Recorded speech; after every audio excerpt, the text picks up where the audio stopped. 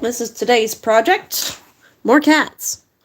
Didn't intend to paint more cats. I intended to do sewing, but sewing's gonna have to be during the day, and the painting are gonna have to be at night for right now, because I had 2 cat paintings. Well, I had 3 cat paintings, and I sold 2 of them today, so I have to make some more crazy cats. And yeah. So that's what I'm gonna do. I'm gonna outline everything tonight, slap a couple of colors on, and yeah.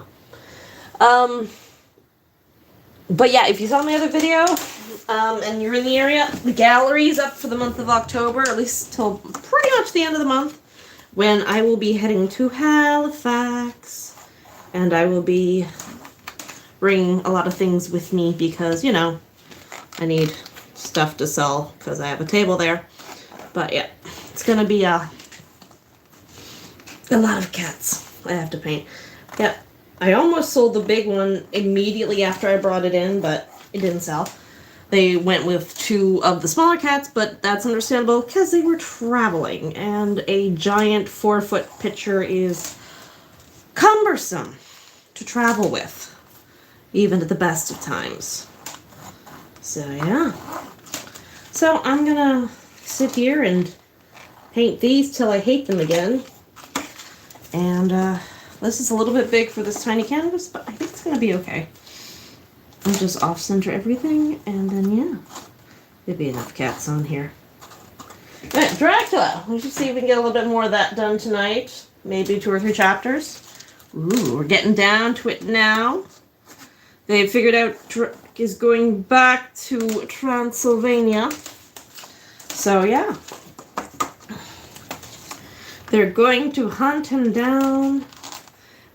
And they finally decided to have, you know, all the people in the conversation rather than, don't involve the women because she'll be so traumatized. And then, you know, having her get, you know, turned into a vampire because nobody kept her in the loop.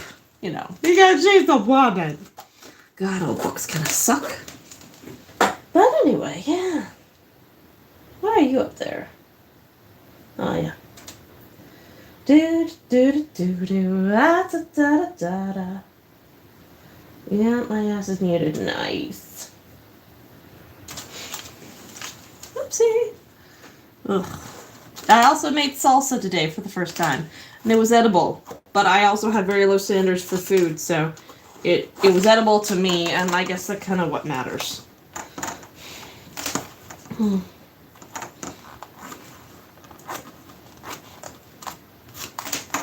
we go.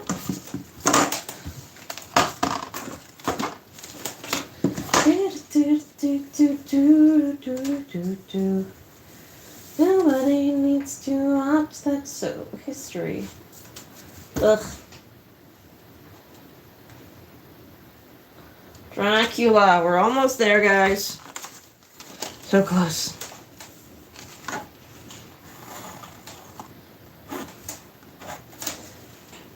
Oh, wait, hang on. God, the country has given her comfort, and comfort is strength to her.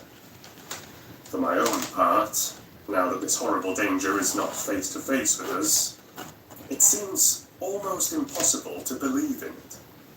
Even my own terrible experiences in Castle Dracula seem like a long-forgotten dream.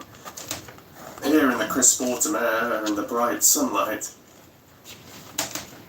alas, how can I disbelieve? In the midst of my thoughts, my eye fell on the red scar on my poor darling's white forehead. Whilst that lasts, there can be no disbelief. And afterwards, the very memory of it will keep faith crystal clear. Mina and I fear to be idle, so we've been over all the diaries again and again. Somehow, although the reality seems greater each time, the pain and the fear seem less. There is something of a guiding purpose manifest throughout, which is comforting. Mina says that perhaps we are the instruments of ultimate good. It may be. I shall try to think as she does. We have never spoken to each other yet of the future. It is better to wait till we see the professor and the others after their investigations. The day is running by more quickly than I ever thought a day could run for me again. It is now 3 o'clock.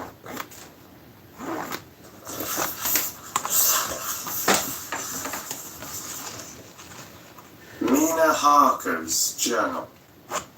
5th of October, 5 p.m. Our meeting for report. Present, Professor Van Helsing, Lord Godalming, Dr. Seward, Mr. Quincy Morris, Jonathan Harker, Mina Harker. Dr. Van Helsing described what steps were taken during the day to discover on what boat and whither bound Count Dracula made his escape. As I knew that he wanted to get back to Transylvania, I felt sure that he must go by the Danube mouth, or by somewhere in the Black Sea, since by that way he'd come. It was a dreary blank that was before us. Omne notum pro I'm using magnificat. a pattern today because it's just faster to get the right shaped cats. He was in sailing ship, since Madame Mina to have sailed, being said. These not so important as to go in your lists of the shipping in the Times. And so we go, by suggestion of my Lord Godalming, to your Lloyds, where are note of all ships that sail, however so small. There we find that only one Black Sea-bound ship will go out with the tide. She is the Tsarina Catherine, when she sailed from Doolittle's Wharf for Varna, thence on to other parts and up the Danube. So, said I, this is the ship whereon is the captain. So off we go to Doolittle's Wharf, and there we find a man in an office of wood so small that the man looked bigger than the office. From him we inquired of the goings of the Tsarina Catherine.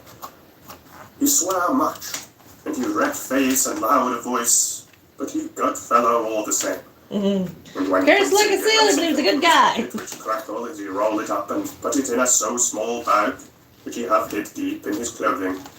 He's still better fellow, and humble servant to us. He come with us, and ask many men who are rough and hot. These be better fellows too, when they have been no more thirsty. They say much of blood in the bloom, and of others which I comprehend not, though I guess what they mean. But nevertheless, they tell us all things which we want to know.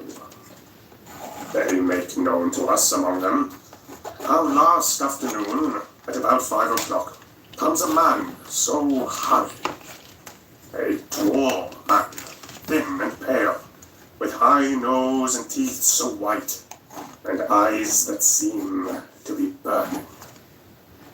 That he be all in black, except that he have a hat of straw which suit not him all the time. That he scattered his money in making quick inquiry as to what ship sails for the Black Sea and from where. Some took him to the office and then to the ship, where he will not board, but halt at shore end of gangplank, and ask the captain come to him. The captain come, when told that he will be paid well, and though he sware much at the first, he agreed to term. Then the thin man go, and someone tell him where a horse and cart can be hired. He go there, and soon he come again, himself driving cart on which is a great box. This he himself lift down, though it takes several to put it on truck for the ship. He give much talk to captain as to how and where his box is to be placed. But the captain like it not, and swear at him in many tongues, and tell him that if he like he can come and see where it shall be. But he say no, that he come not yet, but that he have much to do.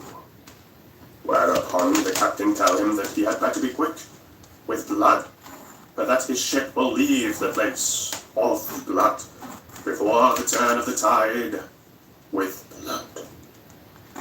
Then the thin man smiled, and say that of course he must go when he think fit, but he will be surprised if he go quite so soon. The captain swear again, polyglot, and the thin man make him bow and thank him and say that he will so far intrude upon his kindness as to come aboard before the sail. I know the captain, more red than ever, and in more tongues, tell him that he doesn't want no Frenchmen, with bloom upon them and also with blood, in his ship, with blood on her also. And so, after asking where there might be close at hand a shop where he might purchase ship forms, he departed. No one knew where he went, or bloomin' well cared, as they said, for they had something else to think of.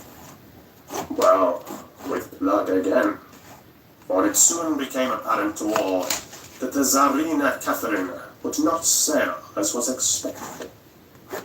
A thin mist began to creep up from the river, and it grew and grew, till soon a dense fog enveloped the ship and all around her. The captain swore polyglot, very polyglot, polyglot with bloom and blood, but he could do nothing. The water rose and rose, and he began to fear that he would lose the tide altogether. He was in no friendly mood, when just at full tide, the thin man came up the gangplank again, and asked to see where his box had been stowed. Then the captain replied that he wished that he and his box, old and with much bloom and blood, were in hell. But the thin man did not be offended, and went down with the mate and saw where it was placed, and came up and stood a while on deck in fog. He must have come off by himself, but none noticed him. Indeed, they thought not of him, for soon the fog began to melt away, and all was clear again. My friends of the thirst and the language that was of bloom and blood laughed, as they told how the captain's swears exceeded even his usual polyglot, and was more than ever full of picturesque, when on questioning other mariners who were on movement up and down on the river that hour, he found that few of them had seen any of fog at all, except where it lay around the wharf. However, the ship went out on the ebb tide, and was doubtless by morning far down the river. She was by then, and they told us, well out to sea. And so, my dear Madame Mina, it is that we have to rest for a time, for our enemy is on the sea, with the fog at his command, on his way to the Danube mouth. To sail a ship takes time, though she never so quick, and when we start, we go on land more quick, and we meet him there. Our best hope is to come on him when in the box, between sunrise and sunset, for then he can make no struggle, and we may deal with him as he should. There are days for us in which we can make ready our plan. We know all about where he go, for we have seen the owner of the ship, who have shown us invoices and all papers that can be. The box we seek is to be landed in Varna, and to be given to an agent, one Ristos, who will there present his credentials. And so, our merchant friend will have done his part. When he asks if there be any wrong, for that's so, he can telegraph and have inquiry made at Varna. We say no. But what is to be done is not the police or of the customs. It must be done by us alone and in our own way. When Dr. Van Helsing had done speaking, I asked him if it was certain that the Count had remained on board the ship. He replied, We have the best proof of that.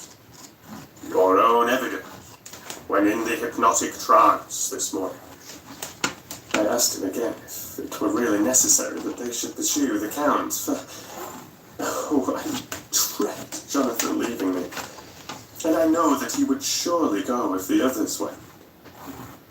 He answered in growing passion, at first quietly. As he went on, however, he grew more angry and more forceful, till in the end we could not but see wherein was at least some of that personal dominance which made him so long a master amongst men. Yes, it is necessary, necessary. For your sake, in the first. Then for the sake of humanity. This monster has done much harm already, in the narrow scope where he finds himself, and in the short time when as yet he was only as a body, groping his so small measure in darkness, and not knowing. All this have I told these others. You, my dear Madame Mina, will learn it in the phonograph of my friend John, and that of your husband. I have told them how the measure of leaving his own barren land, barren of peoples, and coming to a new land, where life of man teems till they are like the multitude of standing corn, was the work of centuries, where another of the undead, like him, to try to do what he has done, perhaps not all the centuries of the world that have been, or that will be, could aid him. With this one, all the forces of nature that are occult and deep and strong must have worked together in some wondrous way. That's the very good. place where he hath been alive, undead for all these centuries, is full of strangeness of the geologic and chemical world. There are deep caverns and fissures that reach none know whither. There have been volcanoes, some of whose openings still send out waters of strange properties, and gases that kill or make them vivify. Doubtless, there is something magnetic or electric in some of these combinations of occult forces, which work for physical life in strange ways, and in himself were from the first some great quality. In a hard and warlike time, he was celebrate that he hath more iron nerve, more subtle brain, more brave a heart than any man. In him, some vital principle have in strange way found their utmost, and as his body keeps strong and grow and thrive, so his brain grow too. All this without that diabolic aid which is surely to him, for it hath to yield to the powers that come from and are symbolic of good. And now this is what he is to us. He have infect you. Oh, forgive me, my dear, that I must say such, but it is for good of you that I speak. He infect you in such wise that even if he do no more, you have only to live in your own old sweet way. And so in time, death, which is of man's common lot, and with God's sanction, shall make you like to him. We've already been over this, remember, Nina? We have sworn together that it must not. Thus are we ministers of God's own wish, that the world and men for whom his son died will not be given over to monsters whose very existence would defame him. He have allowed us to redeem one soul already, and we go out as the old knights of the cross to redeem more. Like them, we shall travel towards the sunrise, and like them, if we fall in good cause. He paused, and I said, but Will not the Count take his rebuff wisely? Since he has been driven from England, will he not avoid it? As a tiger does the village from which he has been hunted. Ah, he said, your simile of the tiger got for me, and I shall adopt him. Your man-eater, as the youth of India call the tiger who has once tasted blood of the human, care no more for other prey, but prowl unceasing till he get him. This that we hunt from our village is a tiger too, a man-eater, and he never ceased to prowl. Nay, in himself he is not one to retire and stay afar. In his life, his living life, he go over the Turkey frontier and attack his enemy on his own ground. He be beaten back, but did he stay? No. He come again and again and again. Look at his persistence and endurance. With the child brain that was to him, he hath long since conceived the idea of coming to a great city. What does he do? He find out the place of all the world most of promise for him. Then he deliberately set himself down to prepare for the task. He find in patience just how is his strength and what are his powers. He study new tongues.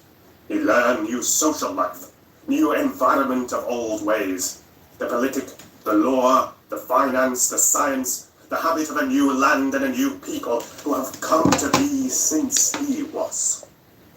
His glimpse that he have had whet his appetite only and enkeen his desire. Nay, it help him to grow as to his brain, for it all proved to him how right he was at the first in his surmises. He have done this alone, all alone, from a ruined tomb in a forgotten land. Doesn't sound like a big brain to me. What more may he do when the greater world of thought is open to him? He that can smile at death, as we know him, who can flourish in the midst of diseases that kill off whole peoples. Oh, if such an one was to come from God and not the devil, what a force for good might he not be in this old world of ours. But we are pledged to set the world free. Our toil must be in silence, and our efforts all in secret. For in this enlightened age, when men believe not even what they see, the doubting of wise men would be his greatest strength. Thank you for the thumbs up. It would be at once I didn't say that already. his It's appreciated. his armor, and his weapons to destroy us, his enemies, who are willing to peril even our own souls for the safety of one we love. For the good of mankind, and for the honor and glory of God. After a general discussion, it was determined that for tonight nothing be definitely settled. That we should all sleep on the facts and try to think out the proper conclusion. Tomorrow at breakfast we are to meet again. And, after making our conclusions known to one another, we shall decide on some definite course of action. I feel a wonderful peace and rest tonight. It is as if some haunting presence were removed from me. Perhaps Swallowing your spit. my surmise was not finished. Could not be. For I caught sight in the mirror of the red mark upon my forehead. And I knew that I was still unclean. Yeah.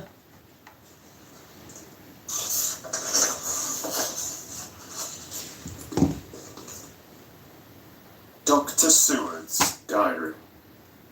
5th sober. We all rose early, and I think that sleep did much for each and all of us. When we met at early breakfast, there was more general cheerfulness than any of us had ever expected to experience again. It is really wonderful how much resilience there is in human nature. Let any obstructing cause, no matter what, be removed in any way, even by death, and we fly back to first principles of hope and enjoyment. More than once, as we sat around the table, my eyes opened in wonder whether the whole of the past days had not been in a dream. It was only when I caught sight of the red blotch on Mrs. Harker's forehead that I was brought back to reality. Even now, when I am gravely revolving the matter, it is almost impossible to realize that the cause of all our trouble is still existent. Even Mrs. Harker seems to lose sight of her trouble for whole spells. It is only now and again, when something recalls it to her mind, that she thinks of her terrible scar. We are to meet here in my study half an hour and decide on our course of action. I see only one immediate difficulty. I know it by instinct rather than reason. We shall all have to speak frankly, and yet I fear that in some mysterious way, poor Mrs. Harker's tongue is tied. I know that she forms conclusions of her own, and from all that has been, I guess how brilliant and how true they must be. But she will not, or cannot, give them utterance. I have mentioned this to Van Helsing, and he and I are to talk it over when we're alone. I suppose it is some of that horrid poison which has got into her veins beginning to work. The Count had his own purposes when he gave her what Van Helsing called the vampire's baptism of blood. Oh, well, there may be a poison that distills itself out of good things. In an age when the existence of ptomaines is a mystery, we should not wonder at anything. One thing I know, that if my instinct be true regarding poor Mrs. Harker's silences, then there is a terrible difficulty, an unknown danger in the work before us. The same power that compels her silence may compel her speech. I dare not think further, for so I should in my thoughts dishonor a noble woman. Van Helsing is coming to my study a little before the others. I shall try to open the subject with him. just say it. Later. When the professor came in, we talked over the state of things. I could see that he had something on his mind which he wanted to say, but felt some hesitancy about broaching the subject. After beating about the bush a little, he said suddenly, "Friend John, there is something that you and I must talk of alone, just at the first, at any rate. Later, we may have to take the others into our confidence." Then he stopped, so I waited. He went on. "Madame Mina, our poor Madame Mina, is changing." A cold shiver ran through me to find my worst fears thus endorsed. Van Helsing continued. "With the sad experience of Miss Lucy, we must this time be warned before things go too far. Our task is now in reality more difficult than ever, and this new trouble makes every hour of the direst importance. I can see the characteristics of the vampire coming in her face. It is now but very, very slight, but it is to be seen if we have eyes to notice without due prejudice. Her teeth are some sharper, and at times her eyes are more hard. But these are not all. There is to her the silence now often, as so it was with Miss Lucy. She did not speak, even when she wrote that which she wished to be known later.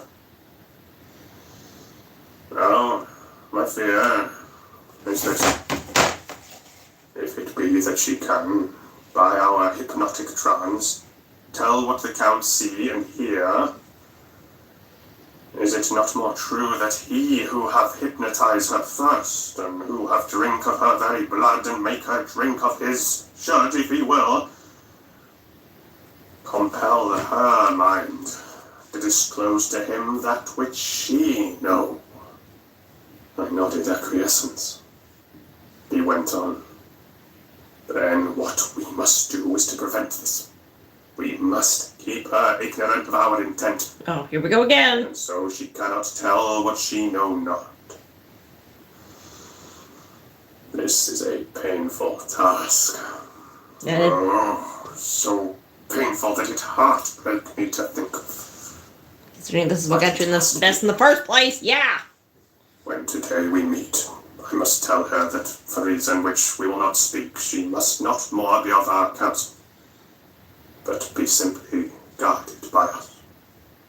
He wiped his forehead, which had broken out in profuse perspiration at the thought of the pain which he might have to inflict upon the poor soul already so tortured. I knew that it would be some sort of comfort to him if I told him that I also had come to the same conclusion. For at any rate, it would take away the pain of death. I told him, and the effect was as I had expected. It is now close to the time of our general gathering. Van Helsing has gone away to prepare for the meeting, and his painful part of it. I really believe his purpose is to be able to pray alone.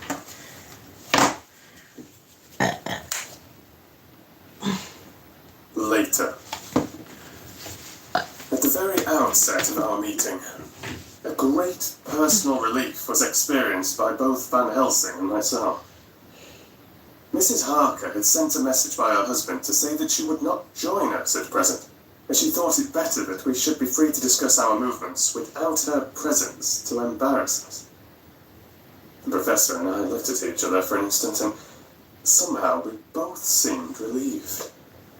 For my own part, I thought that if Mrs. Harker realized the danger herself, it was much pain, as well as much danger, averted. Under the circumstances, we agreed, by a questioning look and answer, with finger on lip, to preserve silence of our suspicions until we should have been able to confer alone again. We went at once into our plan of campaign. Van Helsing roughly put the facts before us first. The Tsarina Catherine left the Thames yesterday morning. It will take her at the quickest speed she has ever made at least 3 weeks to reach Varna, but we can travel overland to the same place in 3 days. Now, if we allow for 2 days less for the ship's voyage, owing to such weather influences as we know that the Count can bring to bear, and if we allow a whole day and night for any delays which may occur to us, then we have a margin of nearly 2 weeks. Thus, in order to be quite safe, we must leave here on 17th at latest. Then we shall at any rate be in Varna a day before the ship arrives, and able to make such preparations as may be necessary. Of course, we shall all go armed against the evil things, spiritual as well as physical.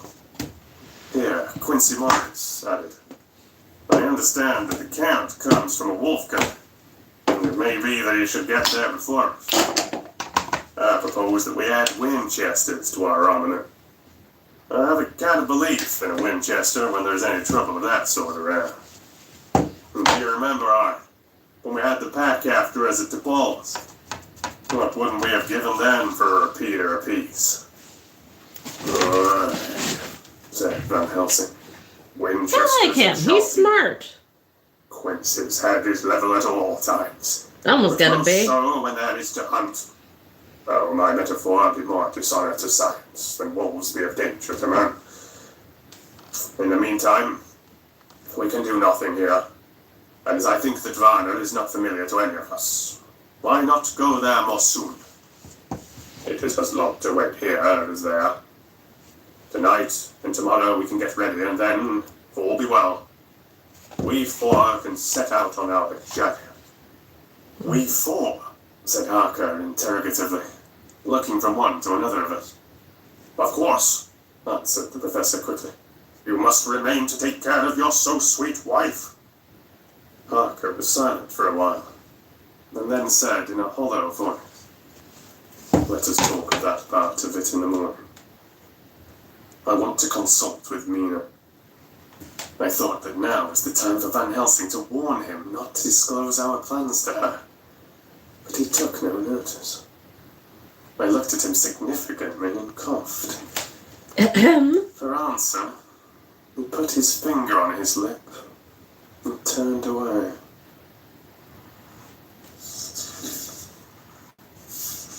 Well, that's the other plan. Jonathan Harker's journal. 5th of October. Afternoon. For some time after our meeting this morning, I could not think. The new phases of things leave my mind in a state of wonder which allows not room for active thought. Mina's determination not to take any part in the discussion set me thinking. As I could not argue the matter with her, I could only guess. I am as far as ever from a solution now. The way the others received it too puzzled me. The last time we talked of the subject, we agreed that there was to be no more concealment of anything amongst us. Mina is sleeping now, calmly and sweetly like a little child. Her lips are curved and her face beams with happiness. Thank God there are such moments still for her.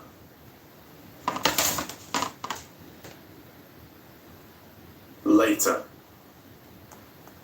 How strange it all is. I sat watching Mina's happy sleep and came as near to being happy myself as I suppose I shall ever be. As the evening drew on, and the earth took its shadows from the sun sinking lower, the silence of the room grew more and more solemn to me. All at once, Mina opened her eyes and, looking at me tenderly, said, Jonathan, I want you to promise me something on your word of honour. A promise made to me, but made holily in God's hearing, and not to be broken though I should go down on my knees and implore you with bitter tears. Quick, you must make it to me at once. Mina, I said, a promise like that, I cannot make at once. I may have no right to make it. But dear one, she said, with such spiritual intensity that her eyes were like pole stars. It is I who wish it. It is not for myself. You can ask Dr. Van Helsing if I'm not right. If he disagrees, you may do as you will. Nay more, if you all agree later, you are absolved from the promise. I promise, I said. For a moment, she looked supremely happy, though to me all happiness for her was denied by the red scar on her forehead. She said, promise me that you will not tell me anything of the plans formed for the campaign against the Count. Not by word, or inference, or implication. Not at any time while this remains to me. And she solemnly pointed to the scar. I saw that she was in earnest, and said solemnly, I promise. And as I said it, I felt that from that instant, a door had been shut between us.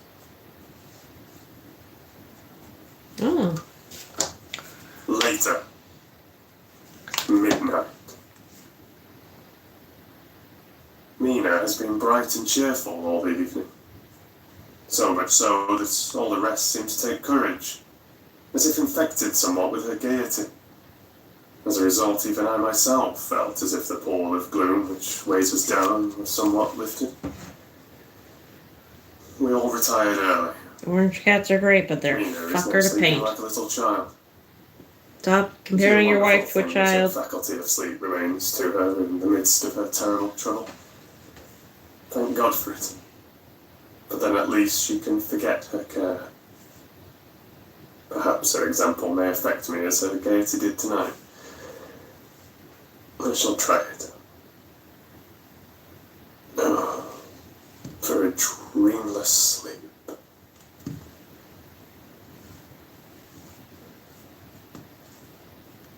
6th of October, morning. I never got that. Another surprise.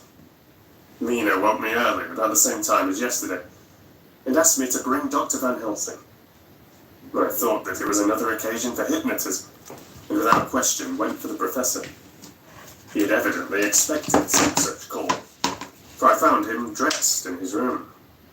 His door was ajar, so that he could hear the opening of the door of our room. He came at once. As he passed into the room, he asked Mina if the others might come too. No, she said quite simply. It will not be necessary. You can tell them just as well.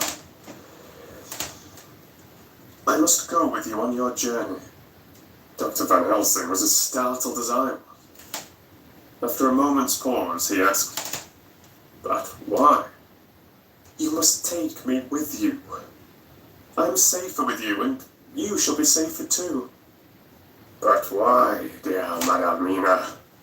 You know that your safety is our solemnest duty.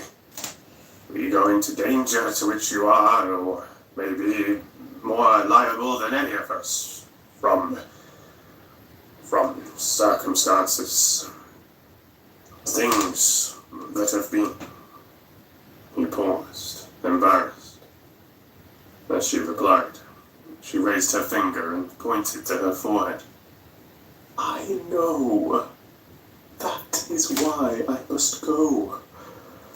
I can tell you now, whilst the sun is coming up, I may not be able again. I know that when the Count wills me, I must go. I know that if he tells me to come in secret, I must come by wile, by any device to hoodwink even Jonathan." God saw the look that she turned on me as she spoke. And if there be indeed a recording angel, that look is noted to her everlasting honor. I could only clasp her hand. I could not speak. My emotion was too great for even the relief of tears. She went on. "You men are brave and strong. You are strong in your numbers, for you can defy that which would break down the human endurance of one who had to guard alone. Besides, I may be of service, since you can hypnotize me and so learn that which even I myself do not know." Dr. Van Helsing said, very gravely, "Madame Mina, you are, as always, most wise. You shall with us come, and together we shall do that which we go forth to achieve." When he had spoken, Mina's long spell of silence made me look at her. She had fallen back on her pillow asleep. She did not even wake when I pulled up the blind and let in the sunlight which flooded the room. Van Helsing motioned me to come with him quietly. We went to his room, and within a minute, Lord Goldenman, Dr. Seward, and Mr. Morris were with us also. He told them what Mina had said, and went on. "In the morning we shall leave for Varna. We have now to deal with a new factor. Madame Mina. Oh, but her soul is true. It is to her an agony to tell us so much as she has done, but it is most right, and we are warned in time. There must be no chance lost. And in Varna, we must be ready to act the instant when that ship arrives. What shall we do exactly? Asked Mr. Morris laconically. The professor paused before replying. We shall at the first board that ship. Then, when we have identified the box, we shall place a branch of the wild rose on it. This we shall fasten, but when it is there, none can emerge. So at least says the superstition. And to superstition must we trust at the first. It was man's faith in the early, and it have its root in faith still. Then, when we get the opportunity that we seek, when none are near to see, we shall open the box, and all will be well. I shall not wait for any opportunity, said Mark. When I see the box, I shall open it and destroy the monster, though there were 1,000 men looking on, and if I am to be wiped out for it the next moment. I grasped his hand instinctively and found it as firm as a piece of steel. I think he understood my look. I hope he did. Good boy, said Dr. Van Helsing. Brave boy. Quincy is all man. God bless him for it. My child, believe me not if I shall lag behind or pause from any fear. I do but say what we may do, what we must do. But indeed, we cannot say what we shall do.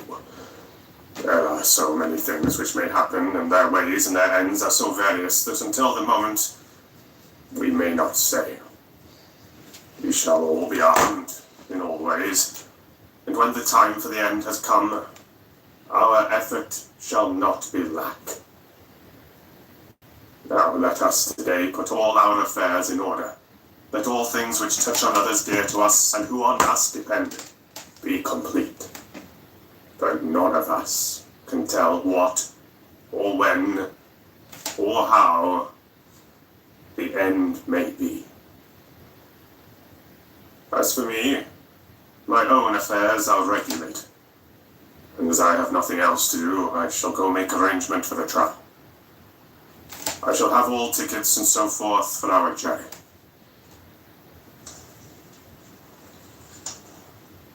There was nothing further to be said, and we parted. I shall now settle up all my affairs of earth, and be ready for whatever may come. I hate there's gloopies and brand new paint. Later. It is all done. My will is made and all complete. Mina, if she survive, is my sole heir. If it should not be so, then the others who have been so good to us shall have the remainder. It is now drawing towards the sunset. Mina's uneasiness calls my attention to it. I am sure that there is something on her mind, which the time of exact sunset will reveal. These occasions are becoming harrowing times for us all. For each sunrise and sunsets opens up some new danger, some new pain, which, however, may in God's will be means to a good end. I write all these things in the diary since my darling must not hear them now. But if it may be that she can see them again, they shall be ready. She is calling to me.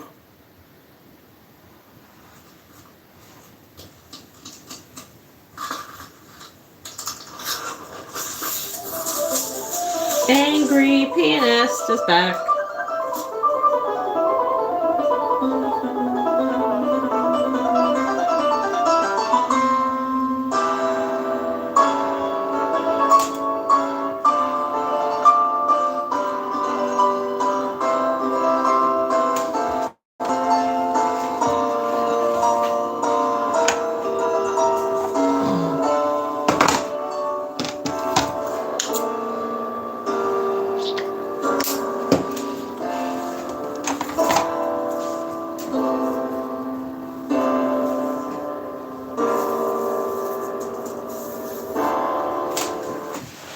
the Toyota Corolla, every moment is a chance to create something special. From crafting the perfect road trip playlist to planning the next weekend getaway. Learn more about the hybrid with optional all-wheel drive and vehicle availability at toyota.ca/Corolla. Chapter 25. Dr. Seward's Diary. There we go. 11th of October. Evening. Jonathan Harker has asked me to note this, as he says he is hardly equal to the task, and he wants an exact record kept.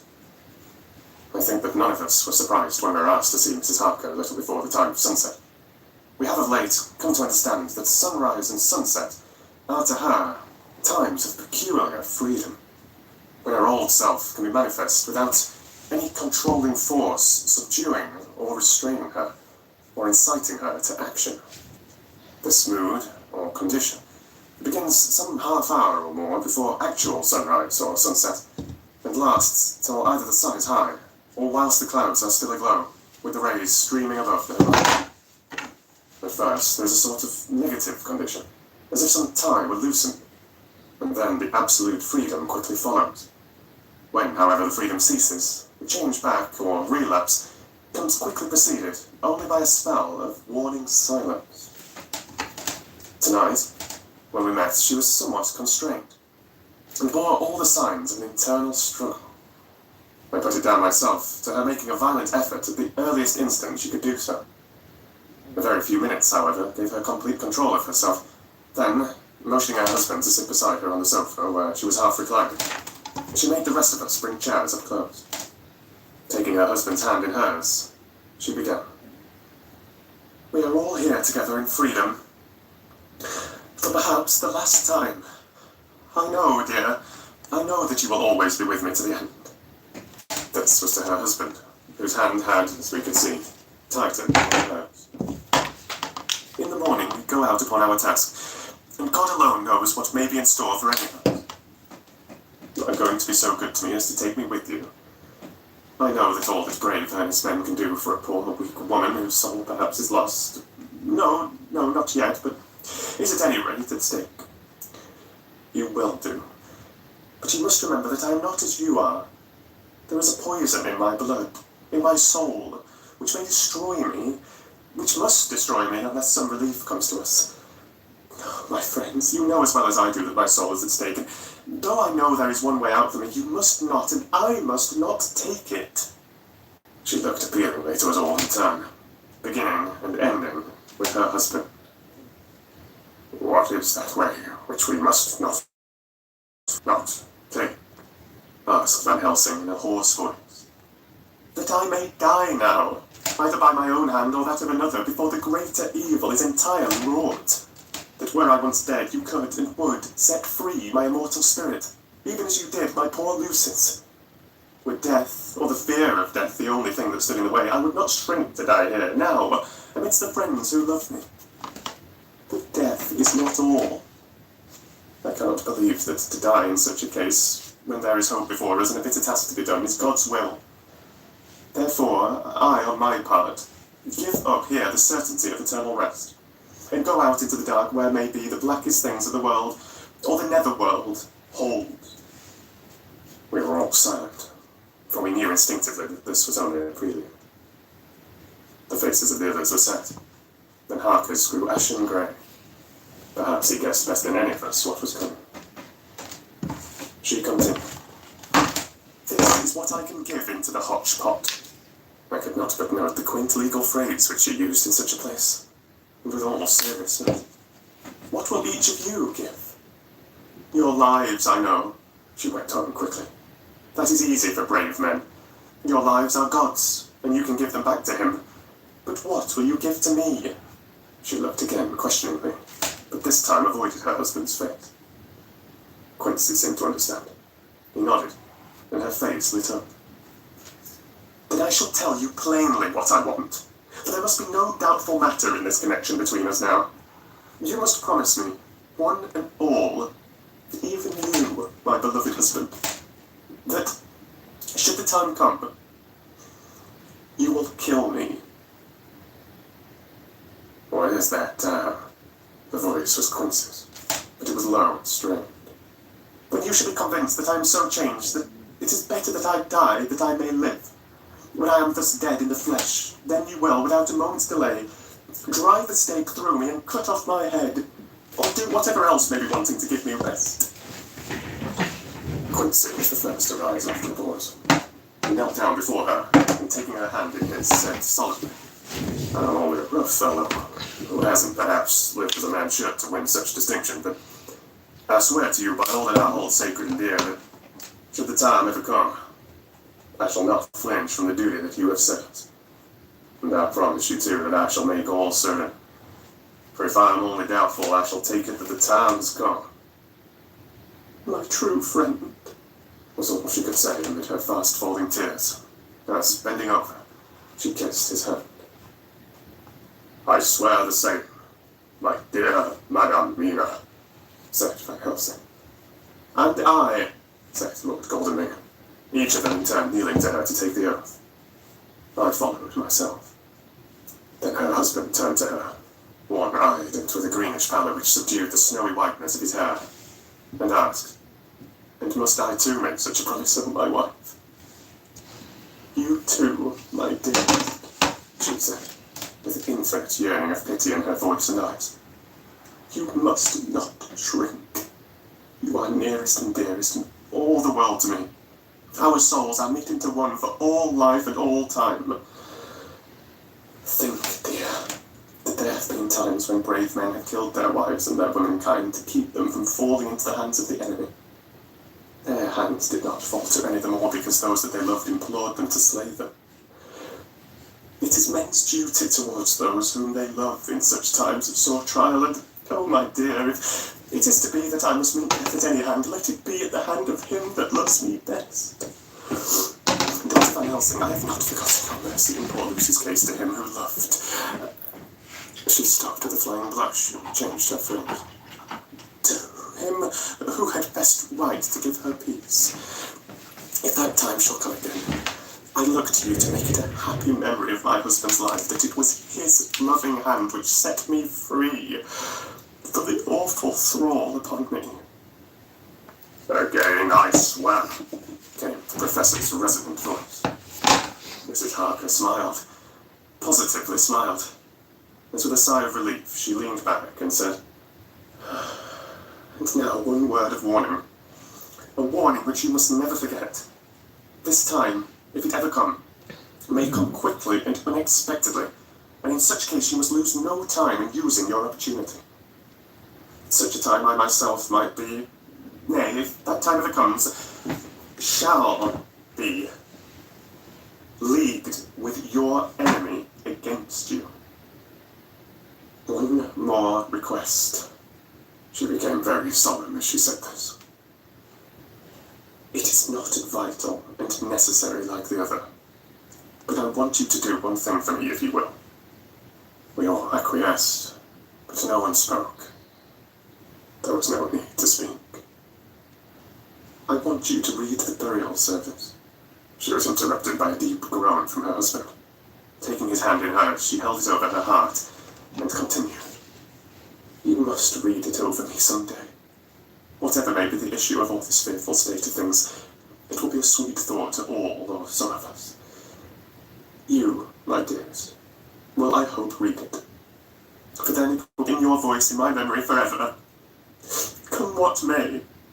But oh, my dear one," he pleaded, "death is far off from you." "Nay," she said, holding up a warning hand, "I am deeper in death at this moment than if the weight of an earthly grave lay heavy upon me. My wife, must I read it?" he said, before he began. "It would comfort me, my husband," was all she said, and he began to read when she had got the book ready.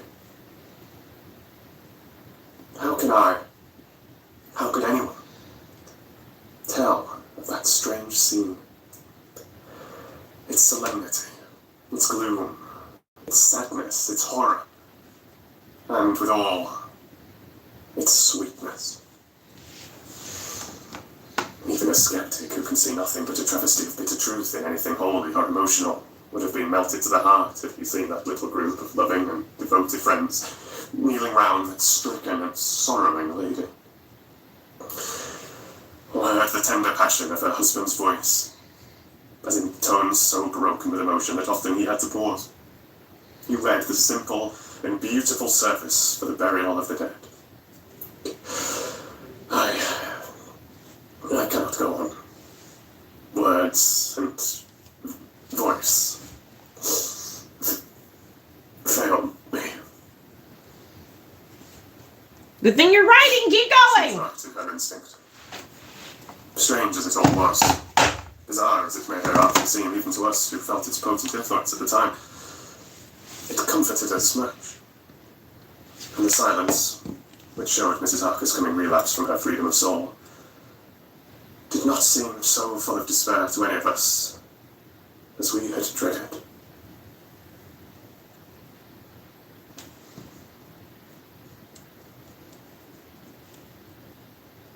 Jonathan Harker's journal. 15th of October. Varna. We left Charing Cross on the morning of the 12th, got to Paris the same night, and took the places secured for us in the Orient Express. Oh, the Orient. We travelled night on and the day, Orient? arriving here at about 5 o'clock. Lord Gordonby went to the consulate to see if any telegram had arrived for him, whilst the rest of us came on to this hotel, the Odessas. The journey may have had incidents. I was, however, too eager to get on to care for them. Until the Tsarina Catherine comes into port, there will be no interest for me in anything in the wide world. Thank God Mina is well and looks to be getting stronger. Her colour is coming back. She sleeps a great deal. Throughout the journey, she slept nearly all the time. Before sunrise and sunset, however, she is very wakeful and alert. It has become a habit for Van Helsing to hypnotise her at such times. But first, some effort was needed. We had to make many passes. Just doing some painting. No, I can't imagine why you think they'd be cats.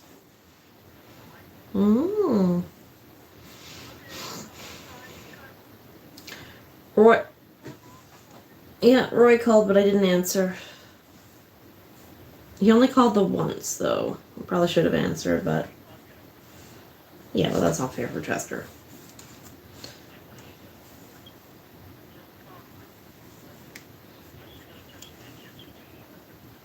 Yeah. Oh, yeah. Okay, yeah, I just go to the service over the cake. Okay, that'll... Alright, well, yeah, they're setting up tables, so they wanted your name. It's just gonna be at the whatchamacallit, that place there with the food. The Knights of or the Legion, so. Okay. They don't have... Well, I don't, I was just planning on going to the service. Alright, we'll see how you feel after that. Alright, talk to you later. Bye. Good night, love you. Night. But now she seems to yield at once, as if by habit, and scarcely any action is needed. He seems to have power at these particular moments to simply will, and her thoughts obey him.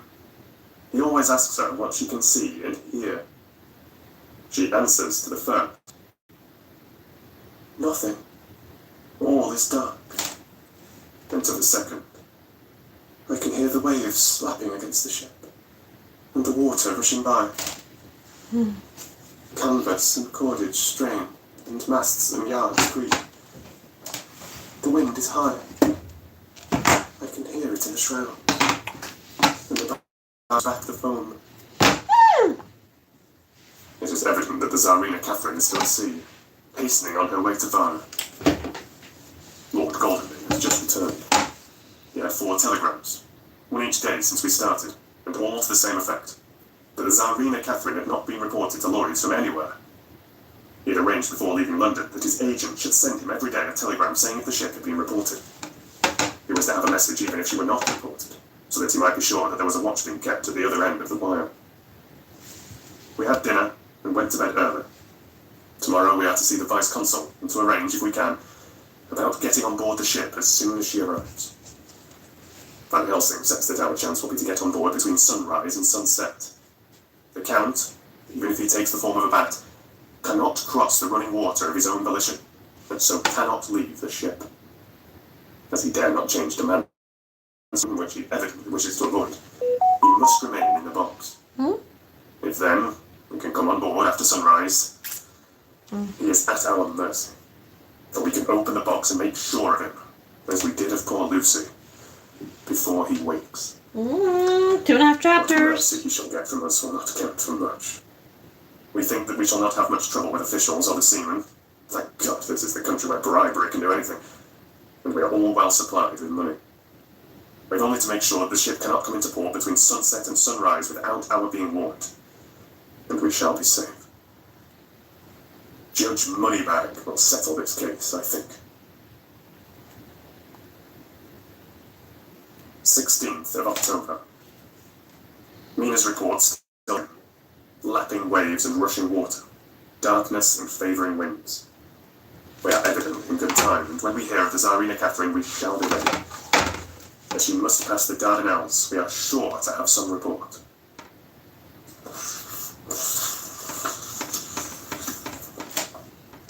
17th of October. Everything is pretty well fixed now, I think. To welcome the Count on his return from his tour. Goldenman told the shippers that he fancied that the box sent aboard might contain something stolen from a friend of his, and got a half consent that he might open it at his own risk. The owner gave him a paper telling the captain to give him every facility in doing whatever he chose on board the ship, and also a similar authorization to his agent at Van. We have seen the agent, and was much impressed with Goldenman's kindly manner to him, and we are all satisfied that whatever he can do to aid our wishes will be done. We've already arranged what to do in case we get the box open. If the Count is there, Van Helsing and Seward will cut off his head at once and drive a stake through his heart. Morrison, Goldwing, and I shall prevent interference, even if we have to use the arms which we shall have ready. The professor says that if we can so treat the Count's body, it will soon after fall into dust. In such case, there would be no evidence against us, in case any suspicion of murder were aroused. But even if it were not, we should stand or fall by our act. And perhaps someday this very script may be evidence to come between some of us and a rope. For myself, I should take the chance only too thankfully if it were to come. We mean to leave no stone unturned to carry out our intent. We have arranged with certain officials that the instant the Tsarina Catherine is seen, we are to be informed by a special messenger.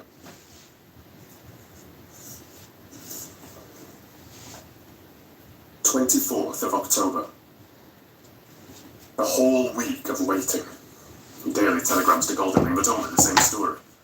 Not yet reported. Mina's morning and evening hypnotic answer is unvaried. Lapping waves, rushing water, and creaking masts.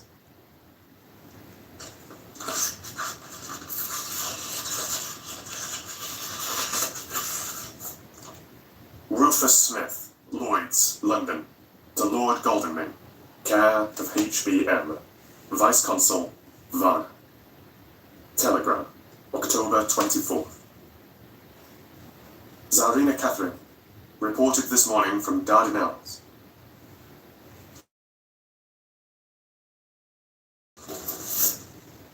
Dr. Seward's diary, 25th of October. How I miss my phonograph. To write a diary with a pen is irksome to me, but Van Helsing says I must. We were all wild with excitement yesterday when Goldwing got his telegram from Lloyd's. I know now what men feel in battle when the call to action is heard. Mrs. Harker alone of our party did not show any sign of emotion. And after all, it is not strange that she did not, for we took special care not to let her know anything about it, and we all tried not to show any excitement when we were in her presence. In old days she would, I'm sure, have noticed, no matter how we might have tried to conceal it. But in this way she's greatly changed during the past 3 weeks.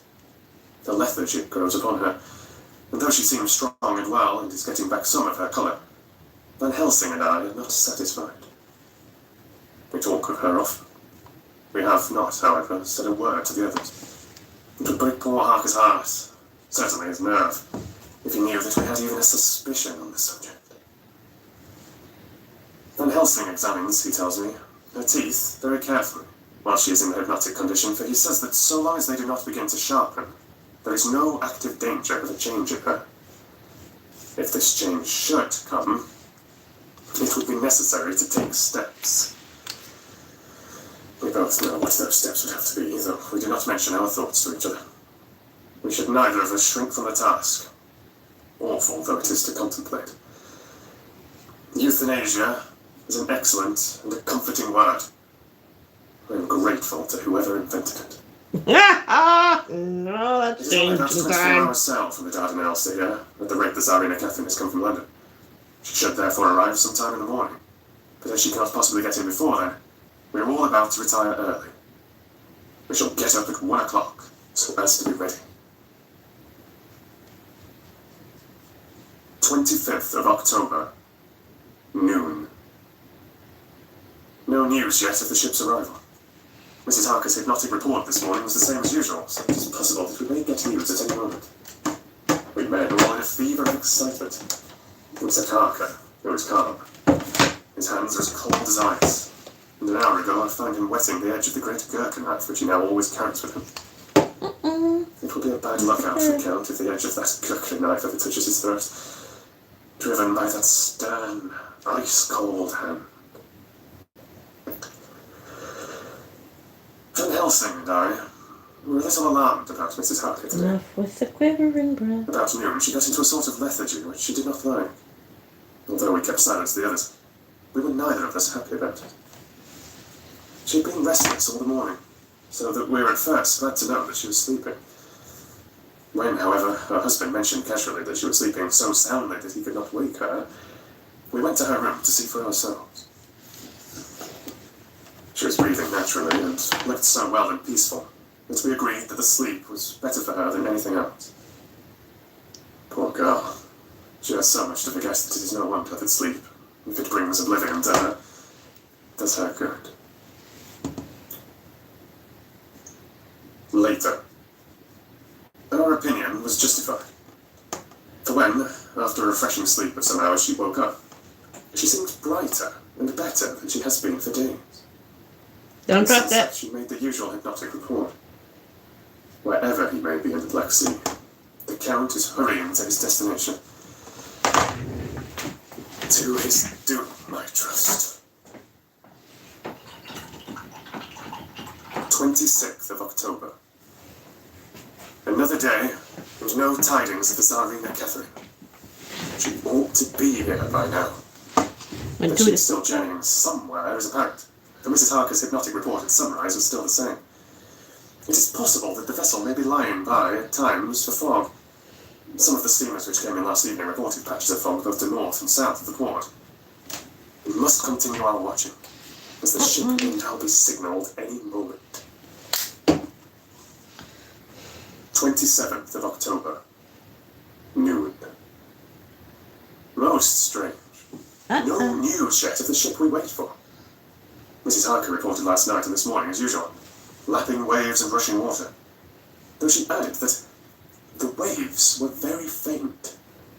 The telegrams from London have been the same. No further report. Van Helsing is terribly anxious and told me just now that he... I just need to go up and go with some salt water because my throat's killing me all of a sudden. Be back in a minute.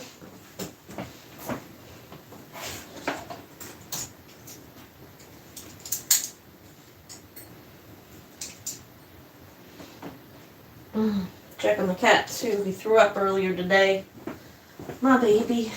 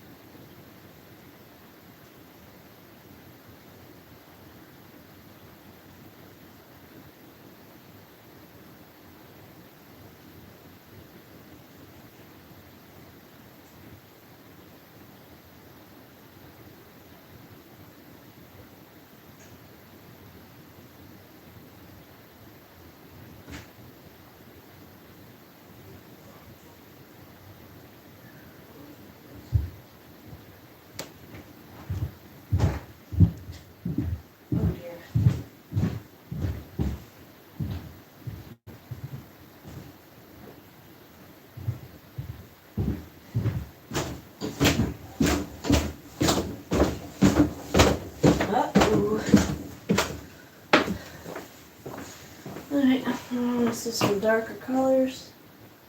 Might get a blue in there.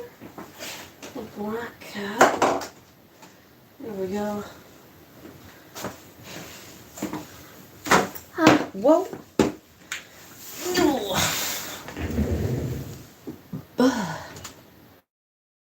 That's a little heartburn. Thank you for the thumbs up.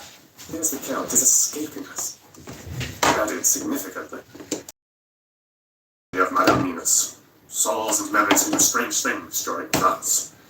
I was about to ask him more, but Harker just then came in and he held up a warning hand. We must try tonight, at sunset, to make her speak more fully when in her hypnotic state.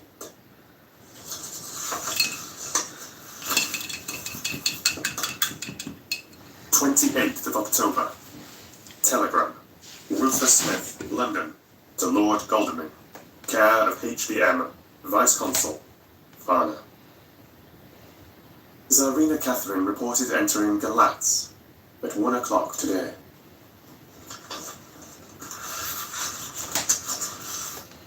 Dr. Seward's diary. 28th of October. When the telegram came announcing the arrival in Galatz, I do not think it was such a shock to any of us as might have been expected. True, we did not know whence, or how, or when the bolt would come, but I think we all expected that something strange would happen. The delay of arrival at Varna made us individually satisfied that things were as we had expected. We only waited to learn where the change would occur. Nonetheless, however, was it a surprise? I suppose that nature works on such a hopeful basis that we believe, against ourselves, that things will be as they ought to be, not as we should know that they will be. Transcendentalism is a beacon to the angels, even if it be a will-o'-the-wisp to man. It was an odd experience, and we all took it differently. Van Helsing raised his hands over his head for a moment, as though in remonstrance with the Almighty. But he said not a word. Within a few seconds stood up with his face sternly set. Lord Godalming grew very pale, and sat breathing heavily. I was myself half stunned, and looked in wonder at one after another. Quincy Morris tightened his belt with that quick movement which I knew so well. In our old wandering days, it meant action. Mrs. Harker grew ghastly white, so that the scar in her forehead seemed to burn. She folded her hands meekly and looked up in prayer. Harker smiled. Actually smiled. The dark, bitter smile of one who is without hope. But at the same time, his action belied his words. His hands instinctively sought the hilt of the great Kirkry knife and rested there. "When does the next train start for Galatz?" said Van Helsing to his general. "At 6:30 tomorrow morning." We all stared, for the answer came from Mrs. Harker. "How on earth do you know?" said Art. "You forget, or perhaps you do not know, though Jonathan does, and so does Dr. Van Helsing, that I am the train fiend. At home in Exeter, I always used to make up the timetable so as to be helpful to my husband. I found it so useful sometimes that I always make a study of the timetables now. I knew that if anything were to take us to Castle Dracula, we should go by Galatz, or at any rate through Bucharest, so I learned the times very carefully. Unhappily, there are not many to learn, as the only train tomorrow leaves, as I say." "Wonderful woman," murmured the professor. "Can't we get a special?" asked Lord Godalming. Van Helsing shook his head. "I fear not. This land is very different from yours or mine. Even if we did have a special, it would probably not arrive as soon as our regular train. Moreover, we have something to prepare. We must think. Now let us organize. You, friend Arthur, go to the train and get the tickets, and arrange that all be ready for us to go in the morning. Do you, friend Jonathan, go to the agent of the ship and get from him letters to the agent in Galatz, with authority to make search the ship, just as it was here. Morris, Quincy, you see the Vice-Consul, and get his aid with his fellow in Galatz and all he can do to make our way smooth, so that no times be lost when over the Danube. John will stay with Madame Mina and me, and we shall consult. For so, if time be long, you may be delayed, and it will not matter when the sun set, since I am here with Madame to make report." "And I," said Mrs. Harker brightly, and more like her old self than she had been for many a long day, "shall try to be of use in all ways, and shall think and write for you as I used to do. Something is shifting from me in some strange way, and I feel freer than I have been of late. The three younger men looked happier at the moment, as they seemed to realize the significance of her words. But Van Helsing and I, turning to each other, met each a grave and troubled glance. We said nothing at the time, however. When the three men had gone out to their tasks, Van Helsing asked Mrs. Harker to look at the copy of the diaries and find him the part of Harker's journal at the castle. She went away to get it. When the door was shut upon her, he said to me, "We mean the same. Speak out. There is some change. It is a hope that makes me sick, for it may deceive us." "Quite so. Do you know why I asked her to get the manuscript?" "No," said I, "unless it was to get an opportunity of seeing me alone." "You are in part right, friend John, but only in part. I want to tell you something. No, my friend, I am taking a great, terrible risk, but I believe it is right. In the moment when Madame Mina said those words that arrest both our understanding, an inspiration came to me. In the trance of 3 days ago, the Count sent her his spirit to read her mind. Or more like, he took her to see him in his earth box, in the ship with water rushing, just as it go free at rise and set of sun. He learned then that we are here, for she hath more to tell in her open life, with eyes to see and ears to hear, than he, shut as he is, in his coffin box. Now he make his most effort to escape us. At present he want her not. He is sure with his so great knowledge that she will come at his call. But he cut her off. Take her, as he can do, out of his own power, that so she come not to him. There I have hope that our man-brains that have been of man so long, and that have not lost the grace of God, will come higher than his child-brain that lie in his tomb for centuries, that grow not yet to our stature, and that do only work selfish, and therefore small. Here comes Madame Mina. Not a word to her of her crimes. She know it not, and it will overcome her, and make despair just when we want all her. Come on, wanna go outside? Courage. When most we want all her great brain, which is trained like man's brain, but is our sweet woman, and have a special power which the Count give her, which he may not take away altogether. No, he think not so. Hush, let me speak, and you shall learn. Oh, John, my friend, we are in awful straits. I fear as I never feared before. We can only trust the good God. Silence. Here she comes. Jesus. I thought the professor was going to break down and have hysterics, just as he had when Lucy died. But with a great effort he controlled himself and was at perfect nervous poise when Mrs. Harker tripped into the room, bright and happy looking, and, in the doing of work, seemingly forgetful of her misery. As she came in, she handed a number of sheets of typewriting to Van Helsing. He looked over them gravely, his face brightening up as he read. Then, holding the pages between his finger and thumb, he said, "Friend John, to you, with so much of experience already, and you too, dear Madame Mina, that are young, here is a lesson. Do not fear ever to think. A half thought has been buzzing often in my brain, but I fear to let him loose his wings. Here now, with more knowledge, I go back to where that half thought come from, and I find that he be no half thought at all. That be a whole thought. The whole So young thought. that he is not yet strong to use his little wings. No. Nay, like the ugly duck of my friend Hans Anderscher, he be no duck thought at all, but a big swan thought that sail nobly. I want a swan thought. See, I read here what Jonathan hath written. That other of his race, who, in a later age, again and again, brought his forces over the great river into Turkeyland, who, when he was beaten back, came again and again and again, though he had to come alone from the bloody field where his troops were being slaughtered, since he knew that he alone could ultimately triumph. What does this tell us? Not much. No. The Count's child thought see nothing. Therefore he speaks so free. Your man thought see nothing. My man thought see nothing till just now. No. But there comes another word from someone who speak without thought, because she too know not what it mean, what it might mean. Just as there are elements which rest, yet when in nature's course they move on their way, and they touch, then poof, and there comes a flash of light, heavens wide, that blind and kill and destroy some, but that show up all earth below for leagues and leagues. Is it not so? Well, I shall explain. Yeah. To begin, have you ever studied the philosophy of crime? Yes, and no. You, John, yes, for it is a study of insanity. You, no, Madame Mina, the crime touch you not but once.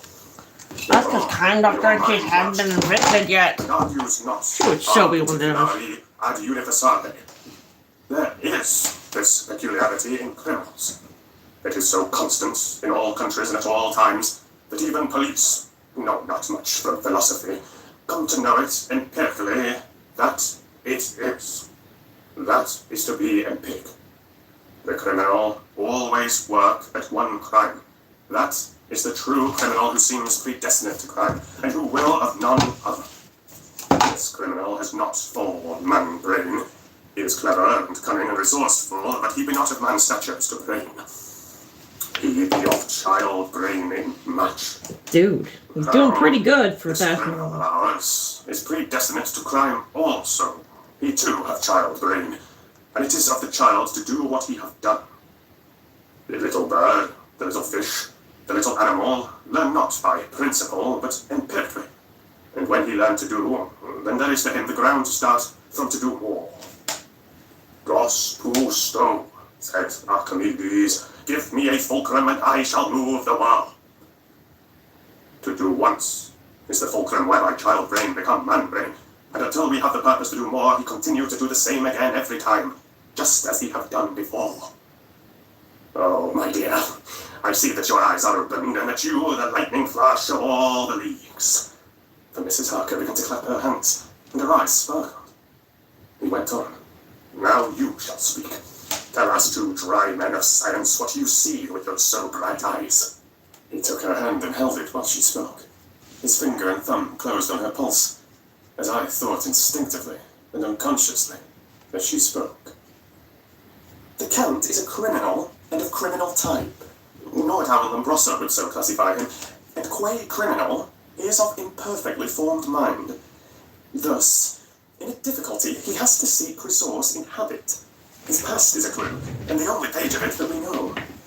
And that from his own lips tells that once before, when in what Mr. Morris would call a tight place, he went back to his own country from the land he had tried to invade, and thence, without losing purpose, prepared himself for a new effort. He came again, better equipped for his work, and won. So he came to London to invade a new land. He was beaten, and when all hope of success was lost and his existence in danger, he fled back over the sea to his home, just as formerly he had fled back over the Danube from Turkeyland. Good, oh, you so clever lady, said Van Helsing enthusiastically, as he stopped and kissed her hand. A moment later, he said to me, as calmly as though we had been having a sick room consultation, 72 only, and in all this excitement, I have hope. Turning to her again, he said with keen expectation, but go on, there is more to tell if you will. Be not afraid. John and I know, I do in any case, and shall tell you if you are right. Speak, without fear. I will try to, but you will forgive me if I seem egotistical. Nay, fear not. You must be egotist, for it is of you that we think. Then, as he is criminal, he is selfish. And as his intellect is small and his action is based on selfishness, he confines himself to one purpose. That purpose is remorseless. As he fled back over the Danube, leaving his forces to be cut to pieces, so now he is intent on being safe, careless of all. So, his own selfishness frees my soul somewhat of the terrible power which he acquired over me on that dreadful night. I felt it. Oh, I felt it. Thank God for his great mercy. My soul is freer than it has been since that awful hour. And all that haunts me is a fear lest in some trance or dream he may have used my knowledge for his ends. The professor stood up. He has so used your mind, and by it he has left us here in vain. whilst the ship that carried him rushed through enveloping fog up to Glatz, where doubtless he had made preparation for escaping from us. But his child mind only saw so far, and it may be that, as ever is in God's providence, the very thing that the evildoer most reckoned on for his selfish good turns out to be his chiefest harm. The hunter is taken in his own snare, as the great sarcist says. But now that he thinks he is free from every trace of us all, and that he has escaped us with so many hours to him, then his selfish child brain will whisper him to sleep. He think too, that as he cut himself off from knowing your mind, there can be no knowledge of him to you. There is where he failed. That terrible baptism of blood which he give you, make you free to go to him in spirit, as you have as yet done in your times of freedom, when the sun rise and set. At such times you go by my volition and not by his, and this power, to good of you and others, you have won from your suffering at his hands. This is now all more precious that he know it not, and to guard himself have even cut himself off from his knowledge of our where. We, however, are not all selfish, and we believe that God is with us through all this blackness, and these many dark hours. We shall follow him, and we shall not flinch, even if we peril ourselves that we become The pink is done. This one's got a blue. I'm gonna go with purple next. Friend John, this has been a great hour, and it hath done much to advance us on our way. Okay, black, You must be white, strong, and purple. write him all down, so that when the others return from their work, you can give it to them. Then they shall know as we do.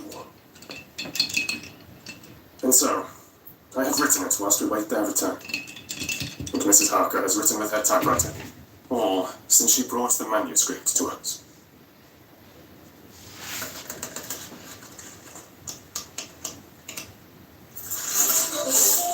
Angry penis, just back again. Alrighty, we're getting there. Almost done with Dracula. So exciting!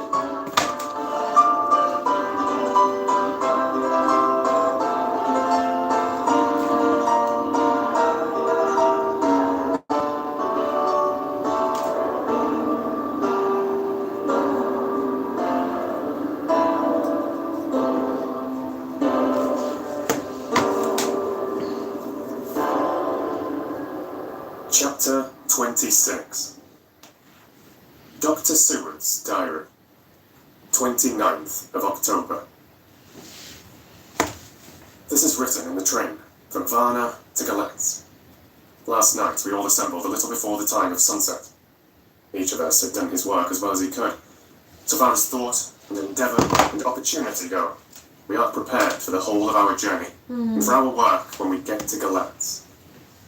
When the usual time came round, Mrs. Harker prepared herself for her hypnotic bed, and after a longer and more strenuous effort on the part of Van Helsing than has usually been necessary, she sank into the trance. Usually she speaks on a hint, but this time the professor had to ask her questions, and to ask them pretty resolutely, before we could learn anything. At last, her answer came. I can see nothing. We are still. There are no waves lapping, but only a steady swirl of water, softly running against the hawser.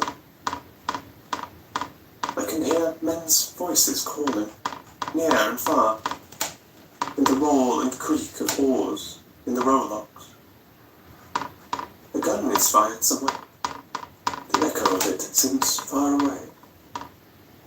There is tramping of feet overhead, and ropes and chains are dragged along. What is that? There is a gleam of light. I can feel the air blowing upon me. Here she stopped. She had risen, as if impulsively, from where she lay on the sofa, and raised both her hands, palm upwards, as if lifting a weight. Van Helsing and I looked at each other with understanding. Quincy raised his eyebrows slightly and looked at her intently, whilst Harker's hand instinctively closed round the hilt of his curfew.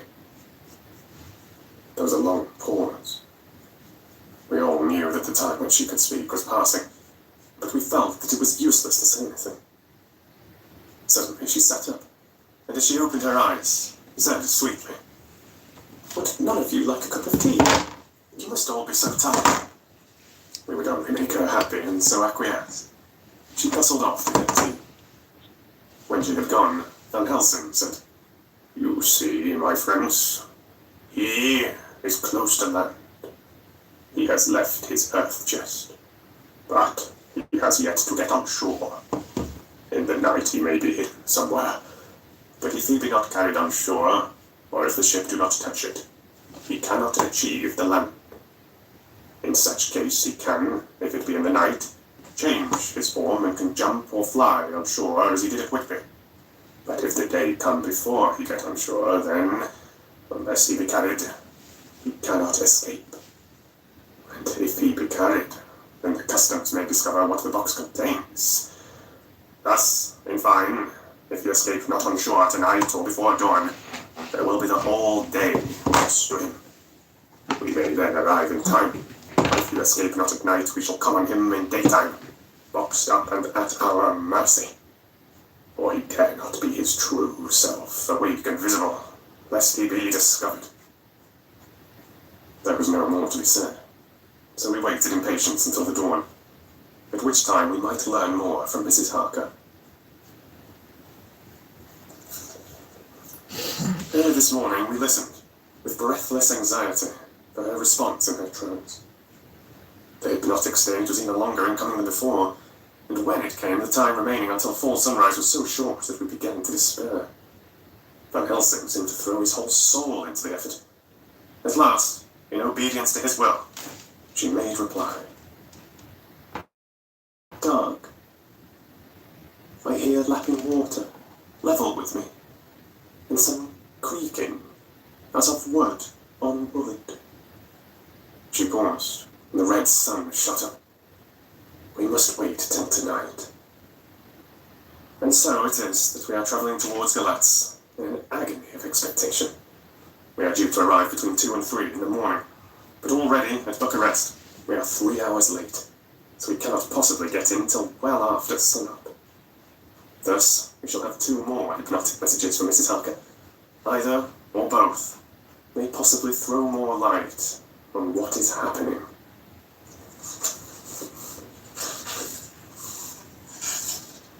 Later. Sunset has come and gone. Fortunately, it came at a time when there was no distraction.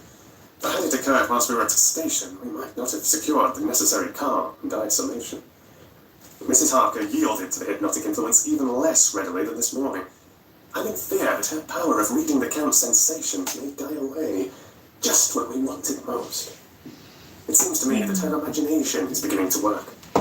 While she has been in a trance hitherto, she has confined herself to the simplest of facts. If this goes on, it may ultimately mislead us. If I thought that the Count's power over her would die away equally with her power of knowledge, it won't be a happy thought. But I'm afraid that it may not be so. When she did speak, her words were enigmatical. Something is going out. I can feel it pass me like a cold wind. I can hear, far off, confused sounds, as of men talking in strange tongues. Fierce, falling water, and the howling of wolves. She stopped, and a shudder ran through her, increasing in intensity for a few seconds, till, at the end, she shook as though in a palsy. She said no more, even in answer to the professor's imperative questioning. When she woke from the trance, she was cold and exhausted and languid, but her mind was all alert. She could not remember anything but asked what she had said.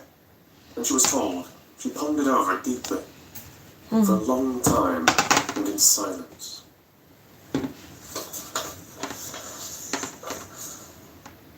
30th of October, 7 a.m. We are near Galatz now, and I may not have time to write later. Sunrise this morning was anxiously looked for by us all.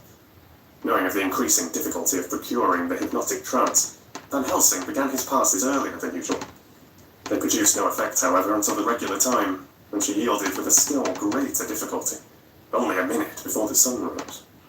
The professor lost no time in his questioning. Her answer came with equal quickness. All is dark. I hear water swirling by, level with my ears. like the creaking of wood on wood. Cattle, low, far off. There's another sound. A queer one, like... She stopped and grew white and whiter still. Go on. Go on. Speak. I command you, said Van Helsing in an agonized voice. At the same time, there was despair in his eyes, for the risen sun was reddening even Mrs. Harker's pale face. She opened her eyes, and we all started as she said, sweetly and seemingly with the utmost unconcern, "Oh, Professor, why ask me to do what you know I can't? I don't remember anything." Then, seeing the look of amazement on our faces, she said, turning from one to the other with a troubled look, "What have I said? What have I done? I know nothing. Only that I was lying here, half asleep, and I heard you say, 'Go on, speak, I command you.' It seems so funny to hear you order me about as if I were a bad child." "Oh, Madame Mina," he said sadly. "It is proof, if proof be needed, of how I love and honor you. When a word for your good, spoken more earnest than ever, it seems so strange because it is to order her who I am proud to obey." The whistles are sounding. We are near the bats. We are on fire with anxiety and eagerness.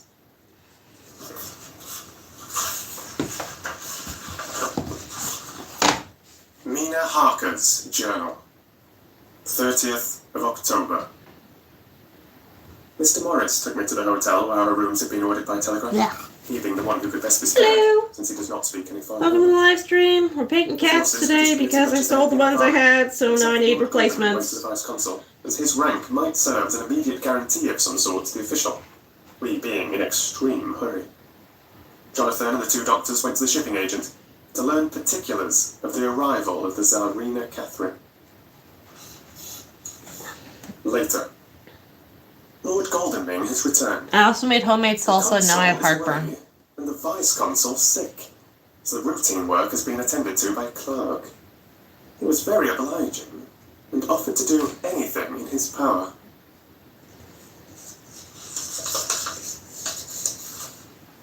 Jonathan Harker's journal. 30th of October. At 9 o'clock, Dr. Van Helsing, Dr. Seward and I called on Messrs. Mackenzie and Steinkopf, the agents of the London firm of Hapgood. They had received a wire from London in answer to Lord Godalming's telegraph request, asking them to show us any civility in their power. They were more than kind and courteous, and took us at once on board the Tsarina Catherine, which lay at anchor out in the river harbour. There was sat the captain, Donaldson by name, who told us of his voyage. He said that in all his life he had never had so favourable a run. "Man," he said, "but it made us afeard. We expected that we should have to pay for it with some rare piece of luck so as to keep up the habit. There's no carry to run from London to the Black Sea with a wind in ye, as though the deal himself were blowing on your sail for his own purpose. And at the time, we could no spear a thing.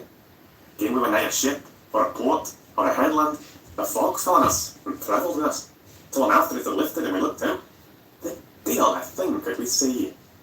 We ran by Gibraltar without being able to signal, until we came to the Dardanelles and had to wait to get our permit to pass. We never were within hail of the hold. At first, I inclined to slack off sail and beat about till the fog was lifted. But whiles, I thought that if the deal was minded to get us into the Black Sea quick, he was like to do it, whether we would or no. If we had a quick voyage, it would be no to our miscredit with the owners, or no hurt to our traffic. Okay, what's We all going know on it would serve next? his own purpose. It'd be decently corrected to us for no hindering him. I'm gonna go This all over mixture these of colors again, but that's not the simplicity and cunning point. of superstition and commercial reasoning aroused Van Helsing, who said, "Mine friend, that devil is more clever than he is thought by some, and he know when he meet his match." The skipper was not displeased with the compliment, and went on. Ugh, when we got past the Bosphorus, the men began to grumble. Some of them, the Romanians, came and asked me to heave overboard a big box which had been put on board by a queer-looking old man just before we had started from London. I had seen them spear at the fellow and put out their fingers when they saw him to guard against the evil eye. Man, But that superstition of foreigners is perfectly ridiculous. I sent them about the business pretty quick, but it's just after the fog closed in on us. I felt a wee bit as they did announce something. Though I wouldn't say it was like in the big parks. Well, on we went. And as the fog didn't let up for 5 days, I just let the wind carry us. But if the deal wanted to get somewhere else, well, he would fetch it up right. And if it didn't, well, we'd keep a sharp lookout anyhow. Sure enough, we had a fair way in a deep water all the time. And 2 days ago, when the morning sun came through the fog, we found ourselves just in the river opposite Galatz. The Romanians were wild. They wanted to be right or wrong to take out the box and flint it in the river. I had to argue with them about it with a handspike. And when the last of them rose off the deck with his head in his hand, I convinced them that, evil eye or no evil eye, the property and the trust of my owners were better in my hands than in the river Danube. They had, mind you, taken the box on the deck, ready to fling in, and as it was marked Galatz via Varna, I thought I'd let it lie till we discharged in the port and got rid of it altogether.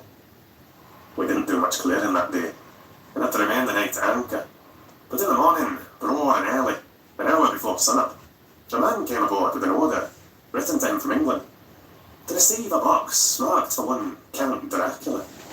Sure enough, the matter was one ready to his hand. He had his papers, I read. Oh, glad I was to be rid of the damn thing. But I was beginning myself to feel uneasy after it. The deal did have any luggage aboard the ship, and thinking it was nae other than that same. What was the name of the man who took it? Asked Dr. Van Helsing with restrained eagerness.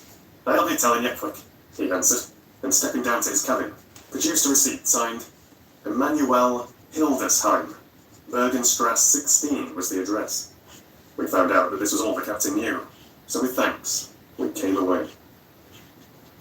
We found Hildesheim in his office, a Hebrew of rather the Adelphi theatre type, with a nose like a sheep and a fence. His arguments were pointed with species, we doing the punctuation, and with a little bargaining, he told us what he knew. This turned out to be simple, but important.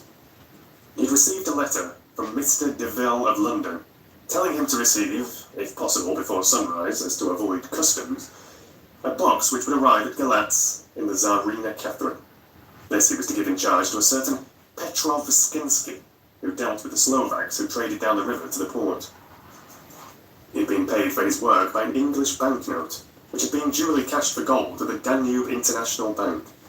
When Skinsky had come to him, he'd taken him to the ship and handed over the box, so as to save porterage. That was all he knew. We then sought for Skinsky, but were unable to find him. One of his neighbours, who did not seem to bear any affection, said that he had gone away 2 days before. No one knew whither. This was corroborated by his landlord, who had received by messenger the key of the house, together with the rent due in English money. This had been between 10 and 11 o'clock last night. We were at a standstill again. Whilst we were talking, one came running and breathlessly gasped out that the body of Skinsky had been found inside the wall of the churchyard of St. Peter. Ooh. The throat had been torn open as if by some wild animal. Those we had been speaking with ran off to see the horror, the women crying out, "This is the work of a Slovak." We hurried away lest we should have been in some way drawn into the affair, and so detained. As we came home, we could arrive at no definite conclusion. We were all convinced that the box was on its way by water to somewhere, but where that might be, we would have to discover. With heavy hearts, we came home to the hotel to meet her. When we met together, the first thing was to consult as to taking Mina again into our confidence. Things are getting desperate, and it is at least a chance, though a hazardous one. As a preliminary step, I was released from my promise to her.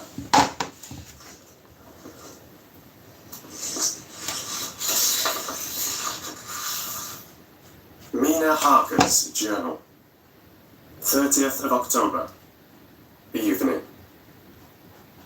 They were so tired and worn out and dispirited that there was nothing to be done until they had had some rest. So I asked them all to lie down for half an hour whilst I should enter everything up to the moment. I feel so grateful to the man who invented the traveller's typewriter, and to Mr. Morris for getting this one for me. I should have felt quite astray doing the work if I had to write with a pen. It is all done, Poor dear Jonathan. What he must have suffered. What must he be suffering now? He lies on the sofa, hardly seeming to breathe, and his whole body appears in collapse. His brows are knit, his face is drawn with pain. Ow, motherfucker. Poor fellow. Paint on my face. Maybe he is thinking. Just flicked myself in the face with His a paintbrush. face all wrinkled up with the concentration of his I know I thoughts. should be using a wider brush. Oh, Everything's just kind of old and rotten right now. I don't feel like it. I shall do what I can. Try this one for a bit. I've asked Dr. Van Helsing, and he's got me all the papers that I have not yet seen. Whilst they are resting, I shall go over all carefully, and perhaps I may arrive at some conclusion. I shall try to follow the professor's example, and think without prejudice on the facts before me. I do believe that under God's providence I have made a discovery. I shall get the maps and look over them. I'm more than ever sure that I am right. My new conclusion is ready, so I shall get our party together and read it. They can judge it. It is well to be accurate, and every minute is precious. Mina Harker's memorandum entered in her journal. Oh dear. Ground of inquiry. Count Dracula's problem is to get back to his own place. A. He must be brought back by someone. This is evident, for had he power to move himself as he wished, he could go either as man, or wolf, or bat, or in some other way. He evidently fears discovery or interference, in the state of helplessness in which he must be, confined as he is between dawn and sunset in his wooden box. Oh, hi, Gatto. How is he to be taken? Here, a process of exclusions may help us. By road, by rail, by water. 1. By road. There are endless difficulties, especially in leaving a city. Eggs, there are people, and people are curious and investigate. A hint, a surmise, a doubt as to what might be in the box would destroy him. Why? There are, or there might be, customs and octroi officers to pass. Z. His pursuers might follow. This is his greatest fear, and in order to prevent him being betrayed, he has repelled, so far as he can, even his victim. Me. Hi, baby. 2. By rail. Where'd you go? There is no one in charge of the box. He would have to take his chance of being delayed, and delay would be fatal with enemies on the track. True, he might escape at night, but what would he be if left in a strange place with no refuge that he could fly to? This is not what he intends, and he does not mean to risk it. 3. By water. Here is the safest way in one respect, but with most danger in another. On the water, he is powerless except at night. Even then, he can only summon fog and storm and snow and his wolves. But were he wrecked, the living water would engulf him, helpless, and he would indeed be lost. He could have the vessel drive to land, but if it were unfriendly land, when he was not free to move, his position would still be desperate. We know from the record that he was on the water, so what we have to do is to ascertain what water. The first thing is to realise exactly what he has done as yet. We may then get a light on what his later task is to be. Firstly, we must differentiate between what he did in London as part of his general plan of action, when he was pressed for moments, and had to arrange as best he could. Secondly, we must see, as well as we can surmise it from the facts we know of, what he has done here. As to the first, he evidently intended to arrive at Galatz and sent envoys to Varna to deceive us, lest we should ascertain his means of exit from England. His immediate and sole purpose, then, was to escape. The proof of this is in the letter of instructions sent to Emanuel Hildesheim to clear and take away the box before sunrise. There is also the instruction to Petrov Skinsky. There we must only guess at, but there must have been some letter or message, since Skinsky came to Hildesheim. That, so far, his plans were successful, we know. The Tsarina Catherine made a phenomenally quick journey, so much so that Captain Donaldson's suspicions were aroused. But his superstition, united with his canniness, played the Count's game for him, and he ran with his favouring wind through fogs and all till he brought up blindfold at Galatz. That the Count's arrangements were well made has been proved. Hildesheim cleared the box, took it off, and gave it to Skinsky. Skinsky took it, and here we lose the trail. We only know that the box is somewhere on the water, moving along. The customs and the entourage, if there be any, have been avoided. Now, we come to what the Count must have done after his arrival on land at Galatz. The box was given to Skinsky before sunrise. At sunrise, the Count could appear in his own form. Here we ask why Skinsky was chosen at all to aid in the work. In my husband's diary, Skinsky is mentioned as dealing with the Slovaks who trade down the river to the port, and the man's remark that the murder was the work of a Slovak showed the general feeling against his class. The Count wanted isolation. My surmise is this: that in London, the Count decided to get back to his castle by water as the most safe and secret way. He was brought from the castle by Szgany, and probably they delivered their cargo to Slovaks, who took the boxes to Varna, for there they were shipped for London. Thus, the Count had knowledge of the persons who could arrange this service.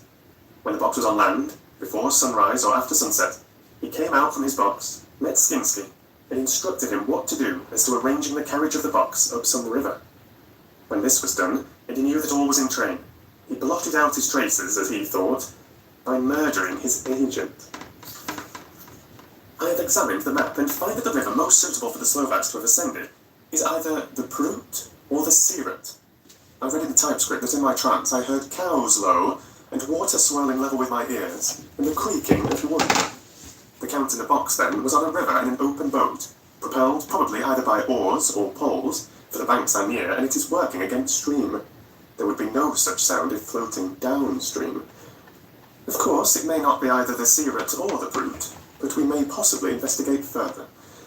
Now, of these two, the Prut is the more easily navigated, but the Siret is, at Fundu, joined by the Bistritza, which runs up round the Borgo Pass. The loop it makes is manifestly as close to Dracula's castle as can be got by water.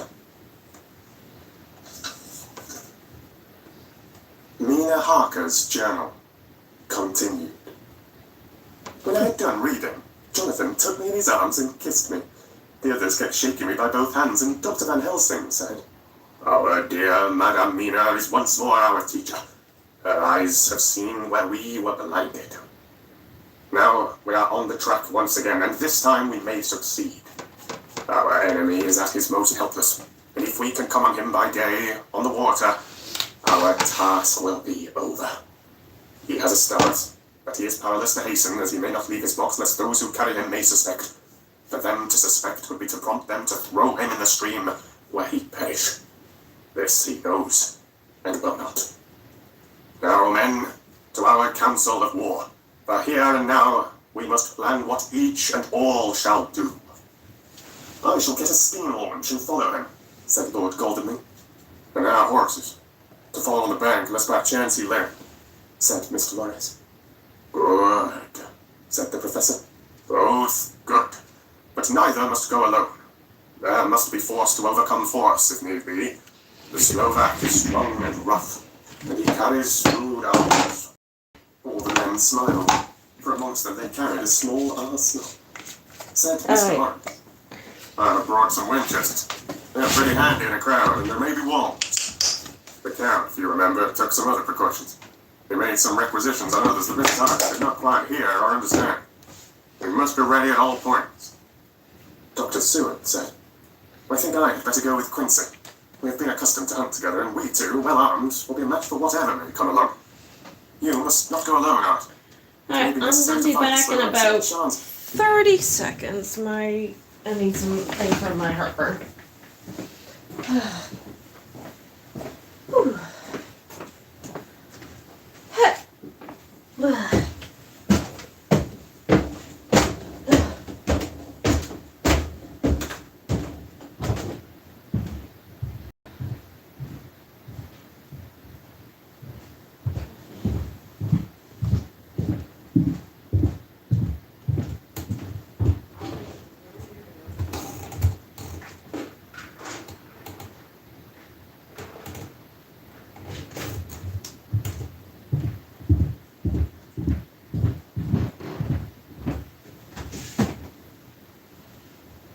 I don't have any wet food, I'm sorry.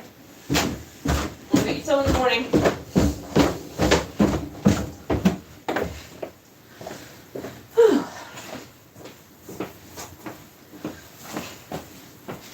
My kitty's being very emotional. Alright. Fleas. My legs. Thrust. I don't suppose these fellows carry guns. Would undo all our plans. There must be no chances this time. We shall not rest until the Count's head and body have been separated. And we are sure that he cannot reincarnate. He looked at Jonathan as he spoke, and Jonathan looked at me. I could see that the poor dear was torn about in his mind. Of course, he wanted to be with me, but then the boat service would most likely be the one which would destroy the vampire. Why did I hesitate to write the word? He was silent a while, and during his silence, Dr. Van Helsing spoke. Friend Jonathan, this is to you for twice reasons. First, because you are young and brave and can fight, and all energies may be needed at the last. And again, that it is your right to destroy him, that which has wrought such woe to you and yours. Be not afraid for Madame Mina. She will be my care, if I may. I am old. My legs are not so quick to run as once, and I am not used to ride so long or to pursue as need be, or to fight with lethal weapons. But I can be of other service. I can fight in other way. And I can die, if need be, as well as younger men. Now let me say that what I would is this. While you, my Lord Godalming, and friend Jonathan, go in your so swift little steamboat up the river, and whilst John and Quincy guard the bank where perchance he might be landed, I will take Madame Mina right into the heart of the enemy's country. Whilst the old fox is tied in his box, floating on the running stream whence he cannot escape to land, where he dares not raise the lid of his coffin box lest his Slovak carriers, showing fear, leave him to perish. We shall go in the track where Jonathan went, from Bistritz over the Borgo, and find our way to the castle of Dracula. Here, Madame Mina's hypnotic power will surely help, and we shall find our way, all dark and unknown otherwise, after the first sunrise, when we are near that fateful place. There is much to be done, and other places to remain sanctified, so that that nest of vipers may be obliterated. Here, Jonathan... Now I gotta repaint all these colors again. To say, Professor Van Helsing, that you would bring Mina, in her sad case, and tainted as she is with that devil's illness, right into the jaws of his death trap. Not for the world. Not for heaven or hell. He became almost speechless for a minute, and then went on. I need Do brown. you know what the place is? Have you seen that awful den of hellish infamy? With the very moonlight alive with grisly shapes and every speck of dust that whirls in the wind, a devouring monster in embryo. Have you felt the tongue-held lips upon your throat? Here he turned to me. As his eyes lit on my forehead, he threw up his arms with a cry. Oh my God! What have we done to have this terror upon us? And he sank down on the sofa in a collapse of misery. But the professor's voice as he spoke in clear, sweet tones, which seemed to vibrate in the air, calmed us all. Oh, my friend, it is because I would save Madame Mina from that awful place that I would go. God forbid that I should take her into that place. On my There is pants. work, wild work, to be done there, that her eyes may not see.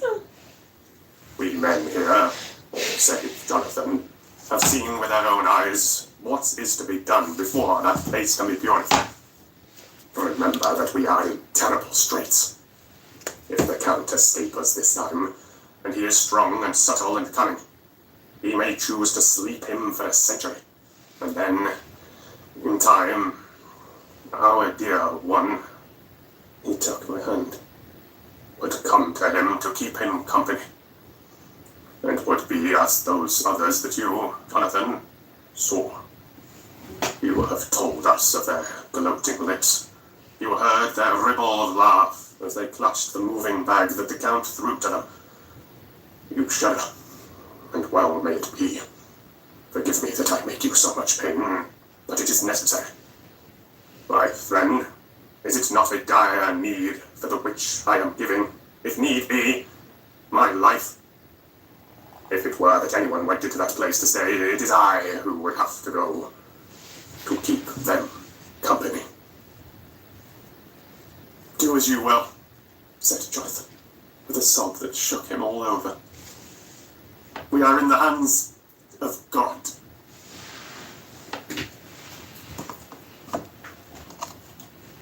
Later. Oh, it did me good to see the way that these brave men worked. How can women help loving men when they are so earnest and so true and so brave? Oh God, it's like emotional whiplash listening to talk. Power of money. What Like, did it not do Nina's when so this smart, public- and then he just... What might it do when maybe it's basely just used? me. I felt so thankful that Lord Godalming is rich, and that both he and Mr. Morris, who also has plenty of money, are willing to spend it so freely. For if they did not, our little expedition could not start, either so promptly or so well equipped, as it will within another hour.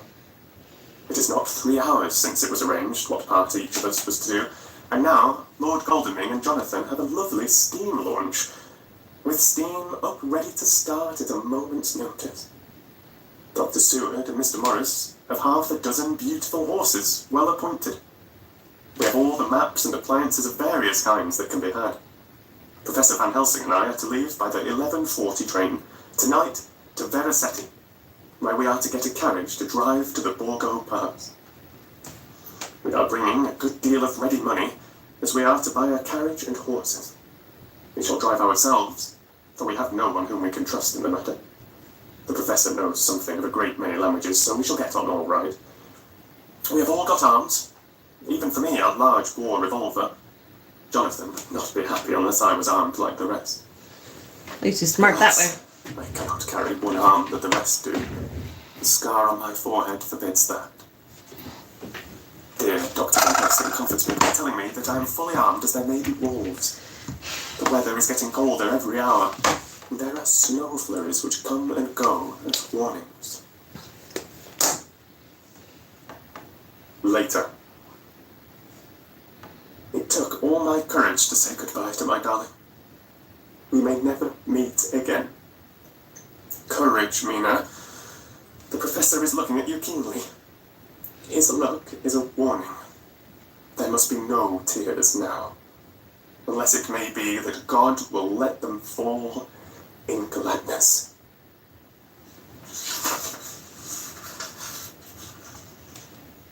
Jonathan Harker's Journal. October 30th. Night. I am writing this in the light from the furnace door of the steam launch. Lord Godalming is firing up. He's an experienced hand at the work, and he's had for years a launch of his own in the Thames, and another on the Norfolk Broads. Regarding our plans, It's lovely when we it covers decided in that one Dean's coat. guess was correct, and that if any waterway was chosen for the Count's escape back to his castle, the Sealet, and then the Bistritza at its junction, would be the one. We took it that somewhere about the 47th degree, north latitude, would be the place chosen for crossing the country between the river and the Carpathians. We have no fear in running at good speed up the river at night. There is plenty of water, and the banks are wide enough apart to make steaming, even in the dark, easy enough. Lord Godalming tells me to sleep for a while, as it is enough for the present for one to be on watch. But I cannot sleep. How can I, with the terrible danger hanging over my darling, and her going out into that awful place? My only comfort is that we are in the hands of God. Only for that faith it would be easier to die than to live, That wasn't white, that and was so gonna be be quit brown. of all the trouble. But this one here. Mr. Morris and Nice Dr. Seward mauve colour. were off on their long ride before we started. They are to keep up the right bank, far Dusty enough off to get to plum. lands where they can see a good stretch of river and avoid the following of its curves. They have, for the first stages, 2 men to ride and lead their spare horses, 4 in all, so as to not excite curiosity. When they dismiss the men, which shall be shortly, they shall themselves look after the horses. It may be necessary for us to join forces. If so, they can mount our whole party. One of the saddles had a movable horn, and can be easily adapted for Mina, if required. It It is a wild adventure we are on.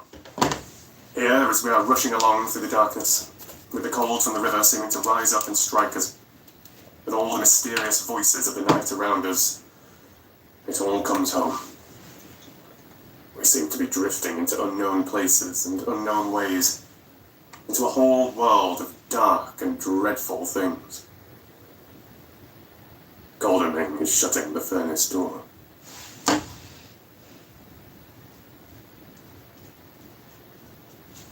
31st of October. Still hurrying along. The day has come, and Goldenring is sleeping. I am on watch. The morning is bitterly cold. The furnace heat is grateful, though we have heavy fur coats. As yet, we have passed only a few open boats, but none of them had on board any box or package of anything like the size of the one we seek. The men were scared every time we turned our electric lamp on them, and fell on their knees and prayed. 1st of November. Evening. No news all day. We have found nothing of the kind we seek. We have now passed into the Bistritza, and if we are wrong in our surmise, our chance is gone. We have overhauled every boat, big and little. Although this morning, one crew took us for a government boat and treated us accordingly. We saw in this a way of smoothing things, so at Fundu, where the Bistritza runs into the sea route, we got a Romanian flag, which we now fly conspicuously. With every boat which we have overhauled since then, this trick has succeeded. We have had every deference shown to us, and not once any objection to whatever we chose to ask or do. Some of the Slovaks tell us that a big boat passed them, going at more than usual speed as she had a double crew on board. This was before they came to Fundu, so they could not tell us whether the boat turned into the Bistritza or continued up the sea route. At Fundu, we could not hear of any such boat, so she must have passed there in the night. I'm feeling very sleepy. The cold is perhaps beginning to tell upon me, and nature must have rest sometime. Goldenring insists that he shall keep the first watch. God bless him for all his goodness to poor dear Mina and me. 2nd of November. Morning. It is broad daylight. That good fellow would not wake me. He says it would have been a sin to, for I slept so peacefully and was forgetting my trouble. It seems brutally selfish of me to have slept so long and let him watch all night, but he was quite right. I'm a new man this morning, and as I sit here and watch him sleeping, I can do all that is necessary, both as to minding the engine, steering, and keeping watch. I can feel that my strength and energy are coming back to me. I wonder where Mina is now, and Van Helsing. They should have got to Veracity about noon on Wednesday. It would take them some time to get the carriage and horses, so if they had started and travelled hard, they would be about now at the Borgo Pass. Alright, am I doing any brown? God help them. I'm afraid to think what may happen. Yeah, I didn't use you. I did use you. I used you. But we cannot. The engines are throbbing and doing their utmost. I wonder how Dr. Seward and Mr. Morris are getting on. There seem to be endless streams running down from the mountains into this river. Because none of them are very large, at present at all events, though they are terrible to help us in winter and when the snow melts. The horsemen may not have met much obstruction. I hope that before we get to Strasbourg, we may see them. For if by that time we have not overtaken the Count, it may be necessary to take counsel together. What to do next?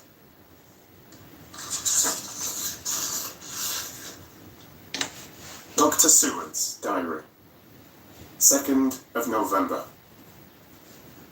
3 days on the road. No news, and no time to write it if there had been, for every moment is precious. We have had only the rest needful for the horses. We are both bearing it wonderfully. Those adventurous days of ours are turning up useful. We must push on. We shall never feel happy till we get the launch in sight again.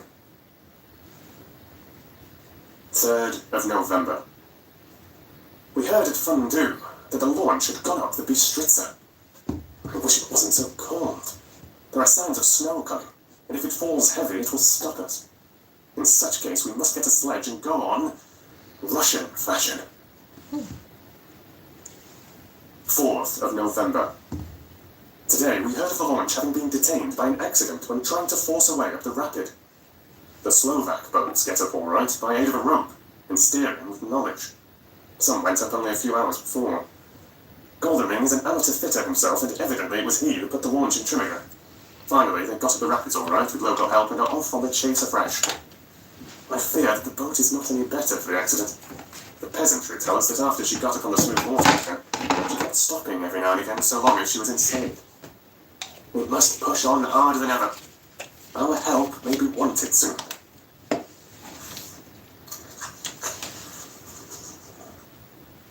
Mina Harker's journal. 31st of October. Arrived at Veraceti at noon. The professor tells me that this morning at dawn he could hardly hypnotize me at all, and that all I could say was, dark and quiet. He is off now buying a carriage and horses. He says that he will later on try to buy additional horses, so that we may be able to change them on the way. We have something more than 70 miles before us. The country is lovely and most interesting. If only we were under different conditions, how delightful it would be to see it all. If Jonathan and I were driving through it alone, what a pleasure it would be to stop and see people and learn something of their life, and to fill our minds and memories with all the colour and picturesqueness of the whole wild, beautiful country and the quaint people. But alas...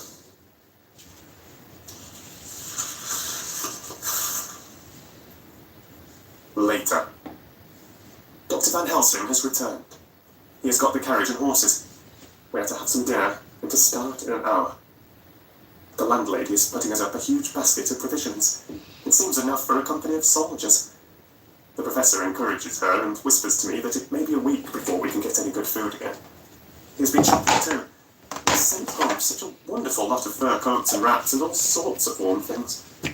There will not be any chance of our being cold. We shall soon be off. I'm afraid to think what may happen to us. We are truly in the hands of God. He alone knows what may be, and I pray him, with all the strength of my sad and humble soul, that he will watch over my beloved husband, that whatever may happen, Jonathan may know that I loved him and honoured him more than I can say, and that my latest and truest thought will be always for him.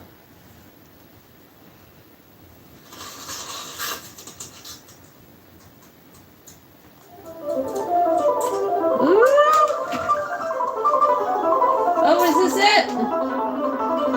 Alright, we are entering the last chapter of Dracula. Finally! Here we go! Gonna stab that bastard through the heart and cut his head off! Woo! I'm not a violent person, why do you say that? Kill the bastard! Burn him at the stake! Steak would be nice. I can't afford food. What am I thinking? Silly me.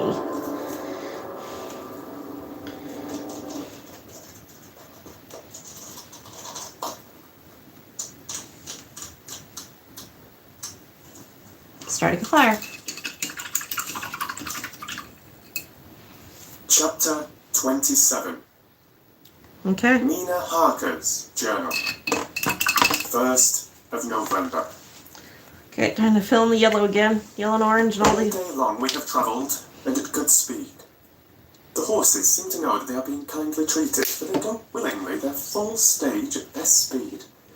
We have now had so many changes and find the same thing so constantly that we are encouraged to think that the journey will be an easy one. Dr. Van Helsing is laconic. He tells the farmers that he is hurrying to Bistritz and pays them well to make the exchange of horses. We get hot soup, or coffee, or tea, and off we go. It is a lovely country, full of beauties of all imaginable kinds, and the people are brave and strong and simple, and seem full of nice qualities. They are very, very superstitious. In the first house where we stopped, when the woman who served us saw the scar on my forehead, she crossed herself and put out 2 fingers towards me to keep off the evil eye. I believe believe they went to the trouble of putting an extra amount of garlic into our food. And I can't abide garlic. Ever since then, I've taken care not to take off my hat or veil, and so have escaped their suspicions. We are travelling fast, and as we have no driver with us to carry tales, we go ahead of scandal. But I dare say that fear of the evil eye will follow hard behind us all the way. The professor seems tireless. All day he would not take any rest, though he made me sleep for a long spell. At sunset time he hypnotized me, and he says that I answered as usual.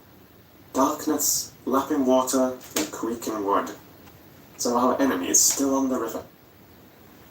I'm afraid to think of Jonathan, but somehow I have now no fear for him, or for myself. I write this whilst we wait in a farmhouse for the horses to be got ready. Dr. Van Helsing is sleeping. Poor dear, he looks very tired and old and grey, but his mouth is set as firmly as a conqueror's. Even in his sleep he is instinct with resolution. When we have well started, I must make him rest whilst I drive. I shall tell him that we have days before us, and he must not break down when most of all his strength will be needed. All is ready. We are off shortly.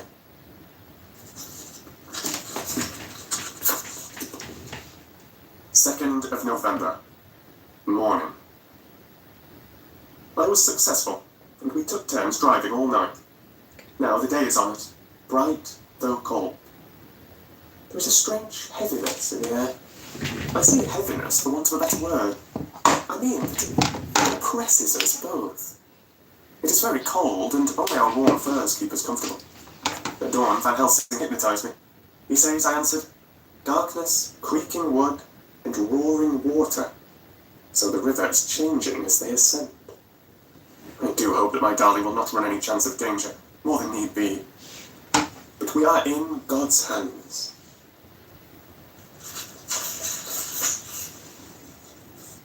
Second of November. Night. All day long driving. The country gets wilder as we go, and the great spurs of the Carpathians, which at Vericetti seem so far from us and so low on the horizon.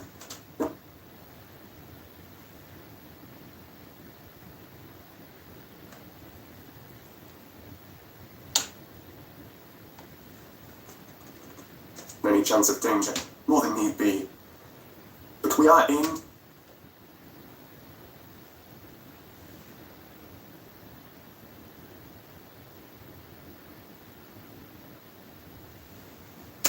God's hands.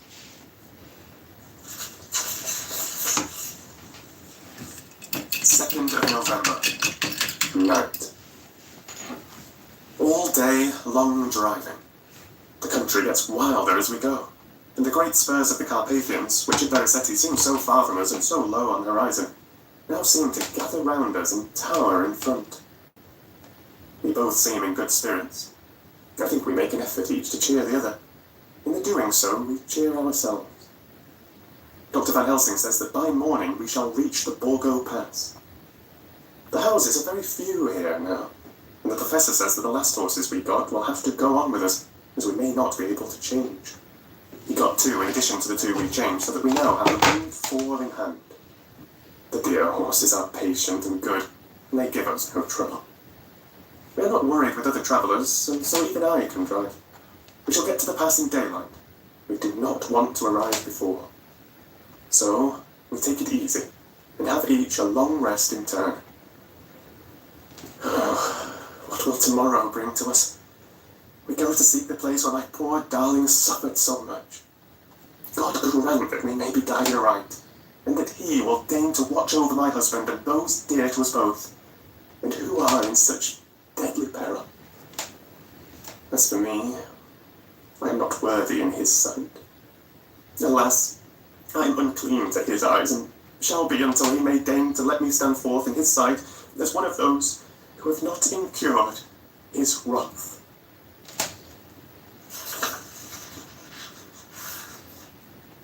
Memorandum by Abraham Van Helsing. 4th of November. This, to my old and true friend, John Stewart, MD of Purfleet, London. In case Memorandum. I may not see him. It may explain. It is morning, and I write by a fire which all the night I have kept alive. Madamina aiding me. It is cold. Cold. So cold that the grey, heavy sky is full of snow, which when it falls will settle for all winter as the ground is hardening to receive it. It seems to have affected Madamina. She has been so heavy of head all day that she was not like herself. She sleeps, sleeps and sleeps. She who is usual so alert, have done literally nothing all the day. She even have lost her appetite. She make no entry into her little diary. She who writes so faithful at every pause. Something whisper to me that all is not well. However, tonight she is more vive.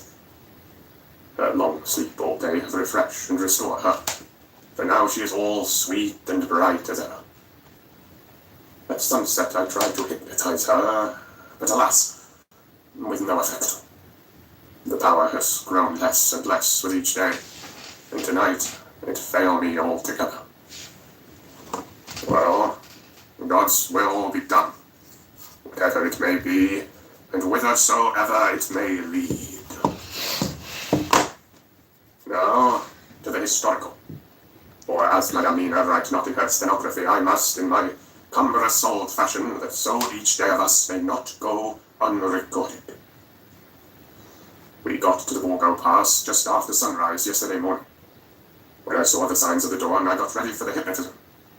We stopped our carriage and got down so that there might be no disturbance. I made a couch with furs, and Madamina, lying down, yielded herself as usual, but more slow and more short time than ever, to the hypnotic sleep. As before came the answer, darkness and the swirling of water. Then she woke bright and radiant, and we go on our way and soon reach the pass. At this time and place she become all on fire with zeal. Some new guiding power be in her manifested, for she points to a road and say, "This is the way." "How you know it?" I ask. "Of course I know it," she answered, and with a pause, add, "Hath not my Jonathan travelled and wrote of his travel?" At first I think somewhat strange, but soon I see that there be only one such by road. It is used but little, and very different from the coach road from Burkovina to Bistritz, which is more wide and hard and more of use. So we came down this road. When we meet other ways, not always were we sure that they were roads at all, for they be neglect and light snow have fallen. The horses know, and they only. I give rein to them, but they go on so patient. By and by, we find all the things which Jonathan have noted in that wonderful diary of him. Then we go on for long, long hours and hours. At the first, I tell Madamina to sleep. She try, and she succeed. She sleep all the time, till at the last I feel myself to suspicious grow, and attempt to wake her. But she sleep on, and I may not wake her though I try. I do not wish to try too hard, lest I harm her, but I know that she have suffer much, and sleep at times be all in all to her. I think I drowse myself, for all of a sudden I feel guilt, as though I have done something. I find myself bolt up, with the reins in my hand, and the good horses go along jog, jog, just as ever. I look down and find Madamina still asleep. It is now not far off sunset time, and over the snow the light of the sun flow in big yellow flood, so that we throw great long shadow on where the mountain rise so steep. For we are going up and up, and all is oh so wild and rocky, as though it were the end of the world. Then I arouse Madamina. This time she wake with not much trouble, and then I try to put her to hypnotic sleep. But she sleep not, being as though I were not. Still I try and try, till all at once I find her and myself in dark. So I look around, and finds that the sun have gone down. Madame Mina laugh, and I turn and look at her. She is now quite awake and looks so well as I never saw her since that night at Carfax when we first entered the Count's house. I am amazed, and not at ease then. But she is so bright and tender and thoughtful for me that I forget all fear. I light a fire, for we have brought supply of wood with us, and she prepared food while I undo the horses and set them, tethered in shelter, to feed. Then, when I return to the fire, she have my supper ready. I go to help her, but she smile and tell me that she have eat already, that she was so hungry that she would not wait.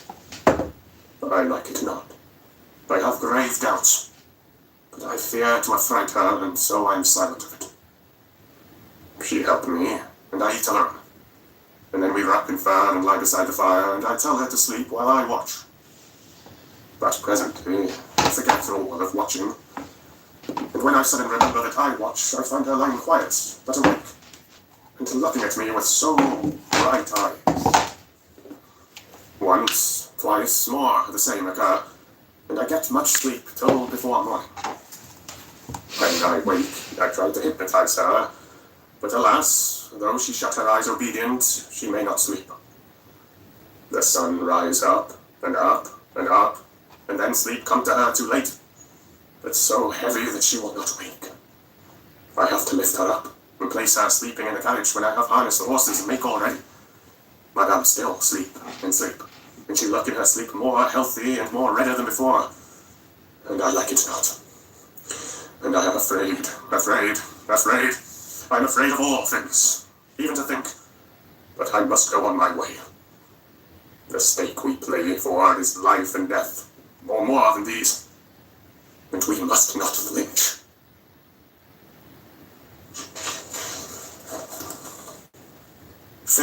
November 5th, morning. Let me be accurate in everything.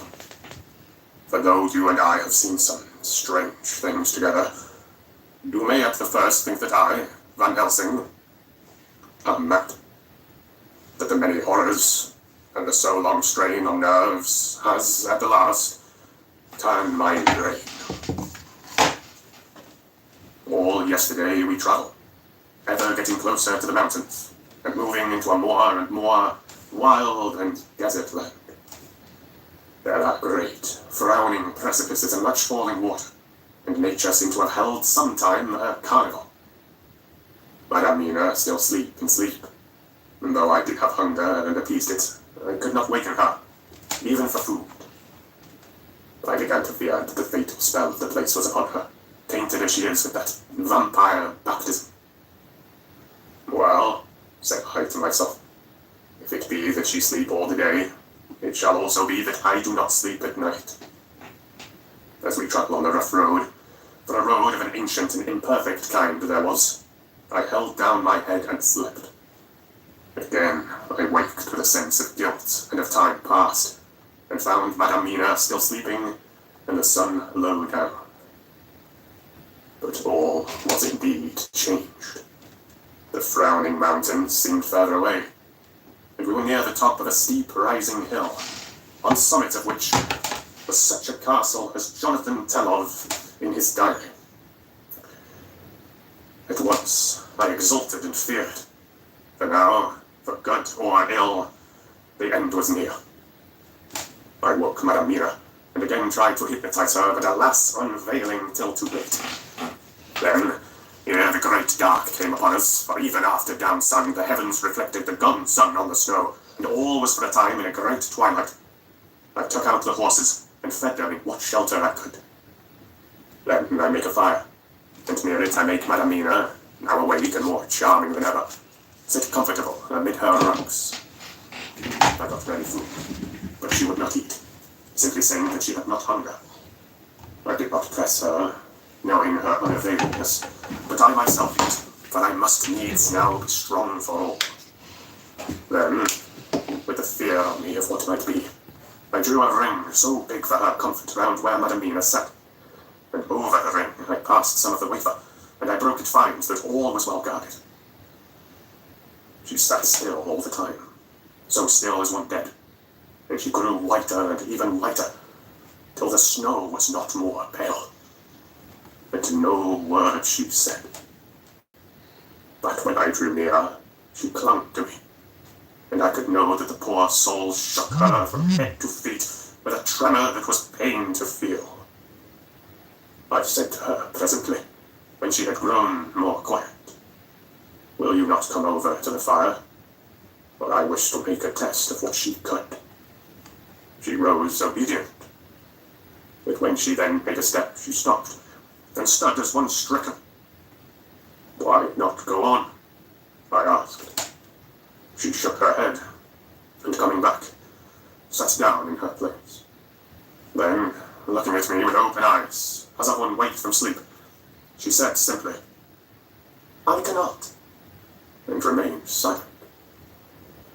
I rejoiced, for I knew that what she could not, none of those that we dreaded could. Oh, there might be danger to her body, yet her soul was safe. Presently, the horses began to scream, and tore at their tethers till I came to them and quieted them. When they did feel my hands on them, they whinnied low as in joy, and licked at my hands and were quiet for a time.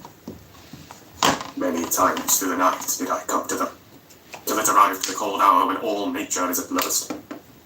Every time my coming was with quiet of them. In the cold hour, the fire began to die, and I was about stepping forth to replenish it, for now the snow came in flying sweeps, and with it a chill mist. Even in the dark, there was a light of some kind, as there ever is over the snow, and it seemed as though the snow flurries and the wreaths of mist took shape, as of women with trailing garments. All was in dead, grim silence, only that the horses whinnied and cowered, as if in terror of the worst.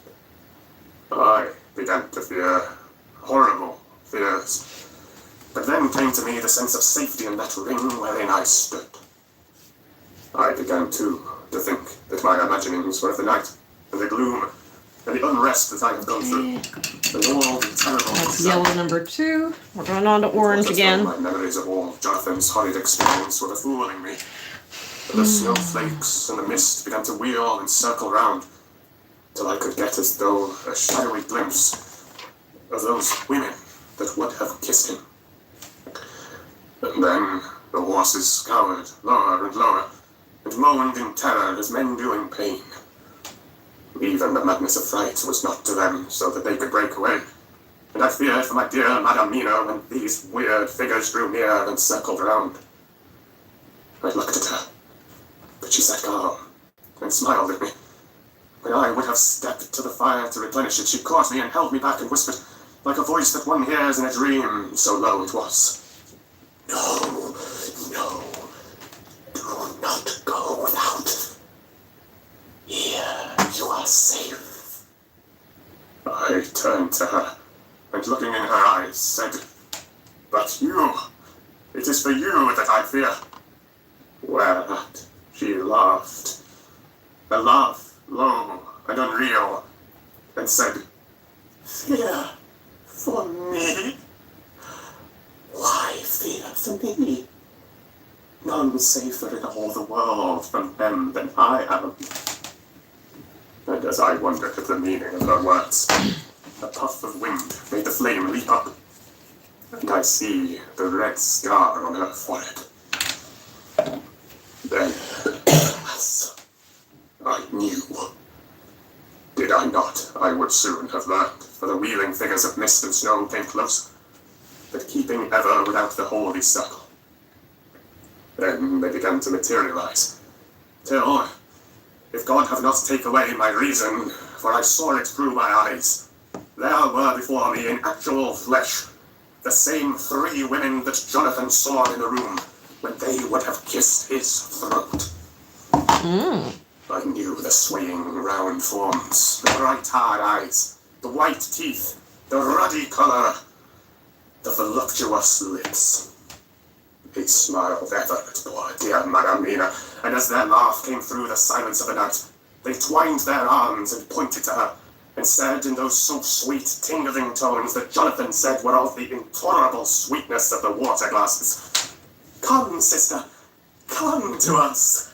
Come, come." In fear, I turned to my poor Madamina, and my heart with gladness leapt like flames. But oh, the terror in her sweet eyes, the repulsion, the horror, told a story to my heart that was all of hope. God be thanked she was not yet of him. I seized some of the firewood which was by me, and holding out some of the wafer, advanced on them towards the fire. They drew back before me and laughed their low, horrid laugh. I fed the fire, and feared them not, for I knew that we were safe within our protections. They could not approach me while so armed, nor Madamina while she remained within the ring, which she could not leave no more than they could enter. The horses had ceased to moan, and lay still on the ground. The snow fell on them softly, and they grew whiter. I knew that there was for the poor beasts no more of terror. And so we remained, till the red of the dawn began to fall through the snow gloom. I was desolate and afraid, and full of woe and terror. But when that beautiful sun began to climb the horizon, life was to me again. At the first coming of the dawn, the horrid figures melted in the whirling mist and snow. The wreaths of transparent gloom moved away towards the castle, and were lost. Instinctively, with the dawn coming, I turned to Madamina, intending to hypnotize her. But she lay in a deep and sudden sleep, from which I could not wake her. I tried to hypnotize through her sleep, but she made no response. Not at all. And the day broke. I fear yet to stir. I have made my fire, and have seen the horses. They are all dead. Today, I have much to do here, and I keep waiting till the sun is up high. For there may be places where I must go, where that sunlight, though snow and mist obscure it, will be to me a safety. I will strengthen me with breakfast, and then I will to my terrible work. Madame Mina still sleeps, and oh God, be thanked, she is calm in her sleep.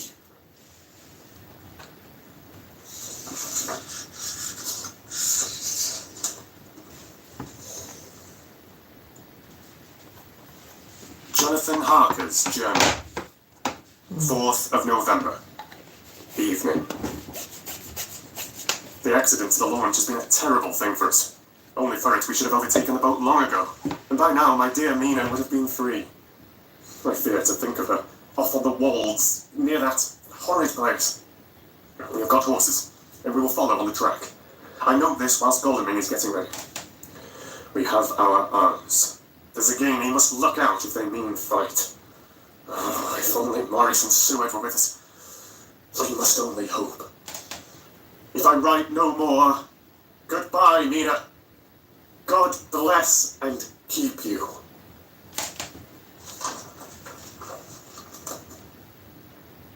Dr. Seward's diary. 5th of November. With the dawn, we saw the body of Sisgene before us, dashing away from the river with their later wagon. They surrounded it in a cluster, and hurried along as though beset. The snow is falling lightly, and there is a strange excitement in the air. It may be our own excited feelings, but the depression is strange. Far off, I hear the howling of wolves. The snow brings them down from the mountains. There are dangers to all of us, and from all sides. The horses are nearly ready, and we are soon up. We ride to death of someone. God alone knows who, or where, or what, or when, or how it may be.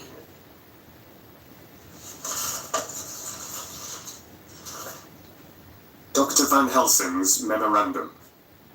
5th of November. Afternoon. I am at least sane. Thank God for that mercy at all events, though the proving it has been dreadful.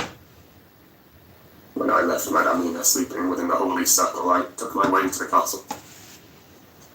The blacksmith hammer which I took in the carriage from Veracity was useful.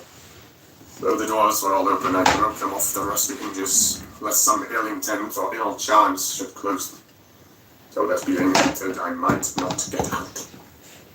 Jonathan's bitter experience served me here. By memory of his diary, I found my way to the old chapel, and I knew that here my work lay. The air was oppressive. It seemed as if there was some sulphurous fume, which at times made me dizzy. Either there was a roaring in my ears, or I heard afar off the howl of wolves. And I bethought me of my dear Madamina, and I was in terrible plight. The dilemma had me between his horns. I had not dared to take into this place, but left safe from the vampire in that holy circle. And yet even there would be the wolf. I resolved me that my work lay here, and that as to the wolves we must submit, if it were God's will. At any rate, it was only death and freedom beyond. So did I choose for her. Had it but been for myself, the choice had been easy. The more of the wolf were better to rest in than the grave of the vampire. So I make my choice to go on with my work.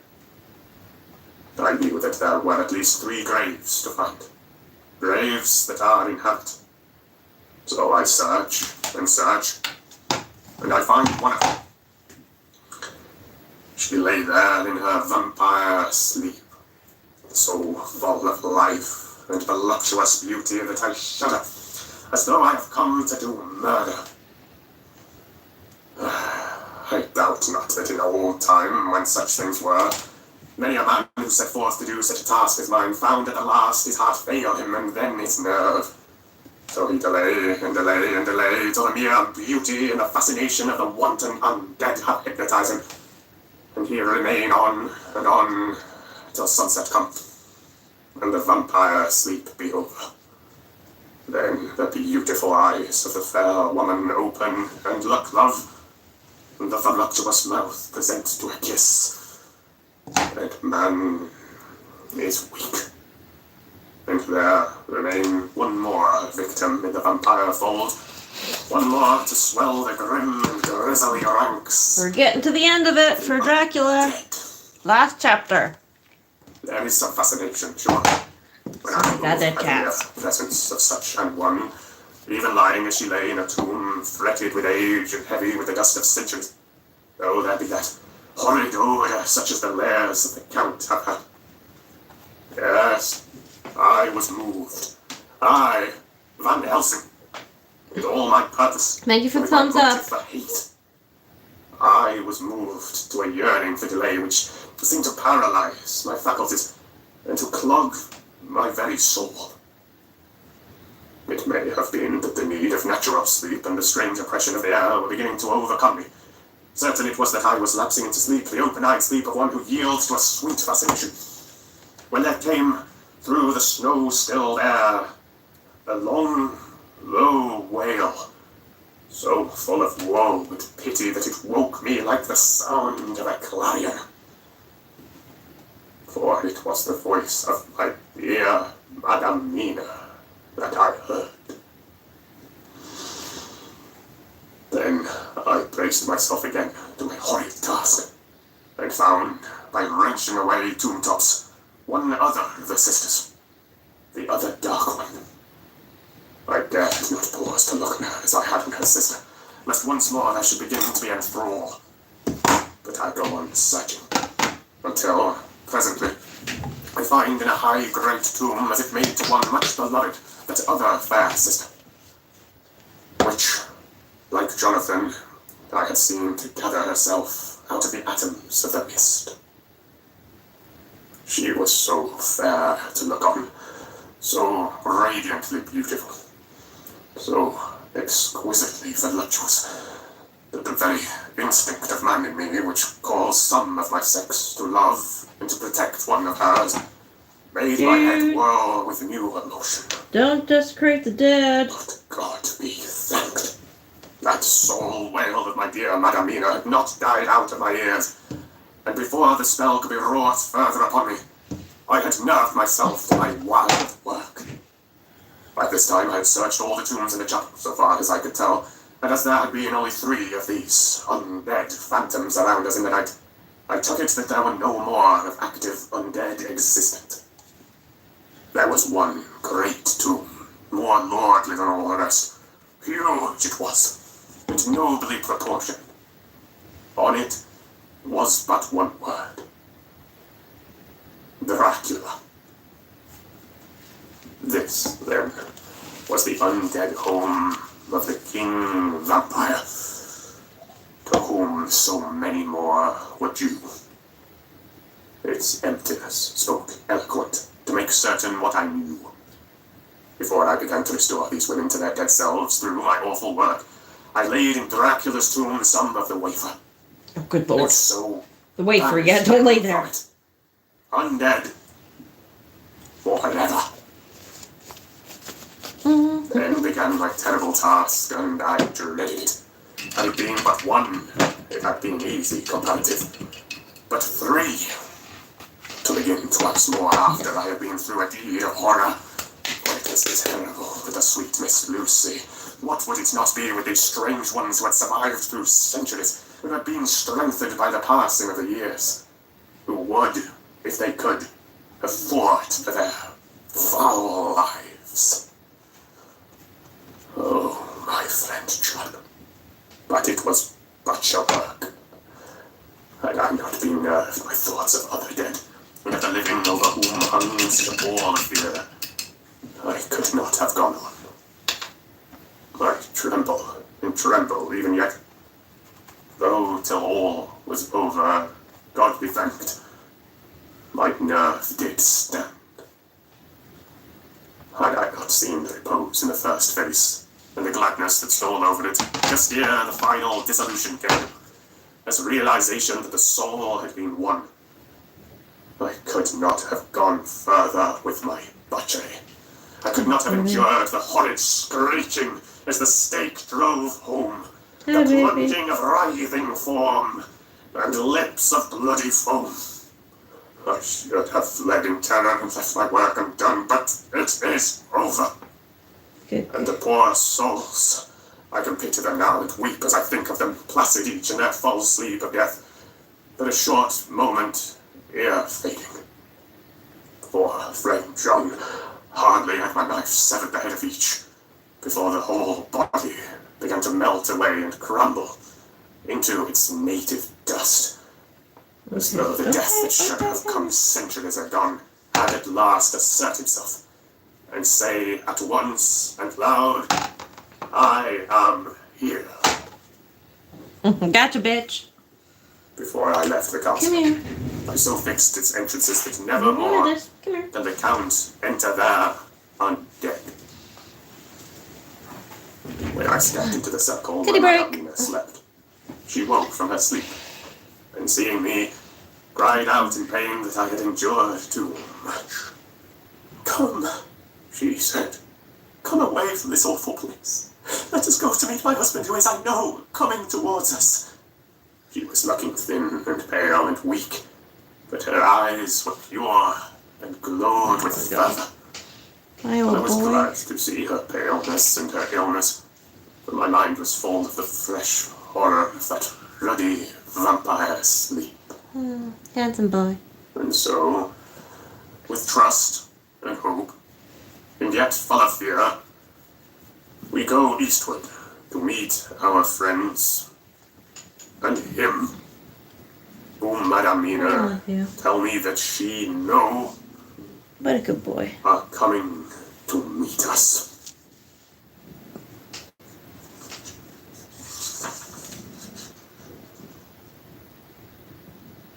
Mina Harker's journal, 6th of November. It was late in the afternoon when the professor and I took our way towards the east, whence I knew Jonathan was coming. We did not go fast, though the way was steeply downhill, for we had to take heavy rugs and wraps with us. We dared not face the possibility of being left without warmth in the cold and the snow. Hey, babe. We had to take some of our provisions too, for we were in a perfect desolation, and so far as we could see through the snowfall, there was not even the sign of a habitation. When we had gone about a mile, I was tired with the heavy walking and sat down to rest. Then we looked back and saw where the clear line of Dracula's castle cut the sky. For we were so deep under the hill whereon it was set, that the angle of perspective of the Carpathian Mountains was far below it. We saw it in all its grandeur, perched 1,000 feet on the summit of a sheer precipice, and with seemingly a great gap between it and the steep of the adjacent mountain on any side. There was something wild and uncanny about the place. We could hear the distant howling of wolves. They were far off, but the sound, even though coming muffled through the deadening snowfall, was full of terror. I knew from the way Dr. Van Helsing was searching about, he was trying to seek some strategic point where we would be less exposed in case of attack. The rough roadway still led downwards. We could trace it through the drifted snow. In a little while, the professor signalled to me, so I got up and joined him. He had found a wonderful spot, a sort of natural hollow in a rock, with an entrance like a doorway between two boulders. He took me by the hand and drew me in. "See," he said, "here you will be in shelter, and if the wolves do come, I can meet them one by one." He brought in our furs and made a snug nest for me, and got out some provisions and forced them upon me. But I could not eat. To even try to do so was repulsive to me, and much as I would have liked to please him, I could not bring myself to the attempt. He looked very sad, but did not reproach me. Taking his field glasses from the case, he stood on the top of the rock and began to search the horizon. Suddenly, he called out, "Look, Anita! Look!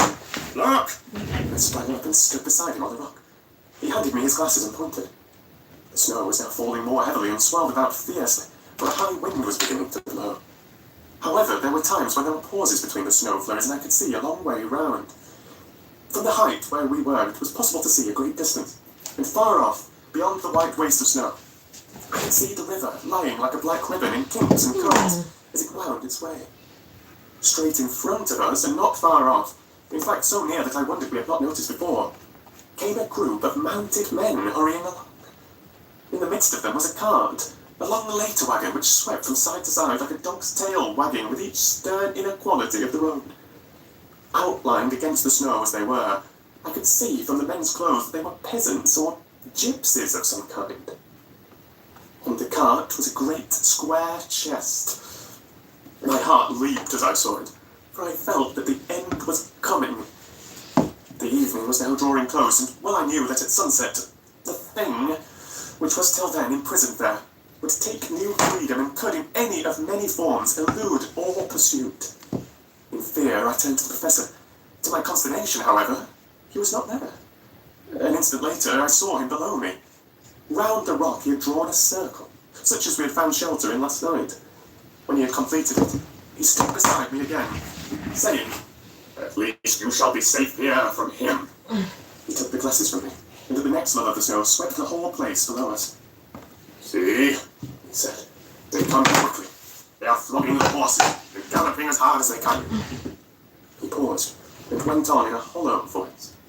"They are racing for the sunset. We may be too late. God's will be done." Down came another blinding rush of driving snow, and the whole landscape was blotted out. It soon passed, however, and once more his glasses were fixed on the plain. Then came a sudden cry. "Look, look, look! See? 2 horsemen follow fast, coming up from the south. It must be Quincy and John. Take the glass. Look, before the snow blots it all out." I took it and looked. The 2 men might be Dr. Seward and Mr. Morris. I knew at all events that neither of them was Jonathan. At the same time, I knew that Jonathan was not far off. Looking around, I saw on the north side of the coming party 2 other men, riding at breakneck speed. One of them I knew was Jonathan, and the other I took, of course, to be Lord Goldenby. They too were pursuing the party with the cart. When I told the professor, he shouted in glee like a schoolboy, and after looking intently till the snowfall made sight impossible, he laid his Winchester rifle ready for use against the boulder at the opening of our shelter. "They are all converging," he said. "When the time comes, we shall have the gypsies on all sides." I got out my revolver ready to hand, For whilst we were speaking, the howling of wolves came louder and closer. When the snowstorm abated a moment, we looked again. It was strange to see the snow falling in such heavy flakes close to us, and beyond, the sun shining more and more brightly as it sank down towards the far mountain tops. Sweeping the glass all round us, I could see here and there dots moving singly and in twos and threes and larger numbers. The wolves were gathering for their prey. Every instant seemed an age whilst we waited. The wind came now in fierce bursts, and the snow was driven with fury as it swept upon us in circling eddies. At times we could not see an arm's length before us, but at others, as the hollow-sounding wind swept by us, it seemed to clear the airspace around us so that we could see afar off. We had of late been so accustomed to watch the sunrise and sunset that we knew with fair accuracy when it would be, and we knew that before long the sun would set. It was hard to believe that by our watches, it was less than an hour that we waited in that rocky shelter before the various bodies began to converge close upon us. The wind came now with fiercer and more bitter sweeps, and more steadily from the north. It seemingly had driven the snow clouds from us. With only occasional bursts, the snow fell. We could distinguish clearly the individuals of each party, the pursued and the pursuers. Strangely enough, those pursued did not seem to realise, or at least to care, that they were pursued. They seemed, however, to hasten with redoubled speed as the sun dropped lower and lower on the mountain tops. Closer and closer they drew. The Professor and I crouched down behind our rock and held our weapons ready. I could see that he was determined that they should not pass. One and all were quite unaware of our presence. All at once, two voices shouted out, "Halt! Halt!" One was my Jonathan's, raised in a high key of passion. The other, Mr. Morris's strong, resolute tone of quiet command. The gypsies may not have known the language, but there was no mistaking the tone in whatever tongue the words were spoken. Instinctively, they reined in, and at the instant, Lord Goldsmith and Jonathan dashed up at one side, and Dr. Seward and Mr. Morris on the other. The leader of the gypsies, a splendid-looking fellow who sat his horse like a centaur, waved them back, and in a fierce voice gave to his companions some word to proceed. They lashed the horses, which sprang forward, but the four men raised their Winchester rifles, and in an unmistakable way commanded them to stop. At the same moment, Dr. Van Helsing and I rose behind the rock and pointed our weapons at them. Seeing that they were surrounded, the men tightened their reins and drew up. The leader turned to them and gave a word at which every man of the gypsy party drew what weapon he carried, knife or pistol, and held himself in readiness to attack. Issue was joined in an instant. The leader, with a quick movement of his rein, threw his horse out in front, and pointing first to the sun, now close down on the hilltops, and then to the castle, said something which I did not understand. For answer, all four men themselves on their horses and dashed towards the ground. I should have felt terrible fear at seeing Jonathan in such danger, but that the ardour of battle must have been upon me as well as the rest of them. I felt no fear, but only a wild, surging desire to do something. Seeing the quick movement of our parties, the leader of the gypsies gave a command. His men instantly formed round the cart in a sort of undisciplined endeavour, each one shouldering and pushing the other in his eagerness to carry out the order. In the midst of this, I could see that Jonathan on one side of the ring of men, and Quincy on the other, were forcing a way to the cart. It was evident that they were bent on finishing their task before the sun should set. Nothing seemed to stop or even to hinder them. Neither the levelled weapons or the flashing knives of the gypsies in front, or the howling of the wolves behind, appeared to even attract their attention. Jonathan's impetuosity and the manifest singleness of his purpose seemed to overawe those in front of him. Instinctively they cowered aside and let him pass. In an instant he had jumped upon the cart, and with a strength which seemed incredible, raised the great box and flung it over the wheel to the ground. In the meantime, Mr. Morris had had to use force to pass through his side of the ring of Zagani. All the time I had been breathlessly watching Jonathan, I had, with the tail of my eye, seen him pressing desperately forward, and had seen the knives of the gypsies flash as he won a way through them, and they cut at him. He had parried with his great bowie knife, and at first I thought that he too had come through in safety. But as he sprang beside Jonathan, who had by now jumped from the cart, I could see that with his left hand he was clutching at his side. and that the blood was spurting through his fingers. He did not delay, notwithstanding this, for as Jonathan, with desperate energy, attacked one end of the chest, attempting to prise off the lid with his great curcary knife, he attacked the other frantically with his bowie. Under the efforts of both men, the lid began to yield. The nails drew with a quick screeching sound, and the top of the box was thrown back.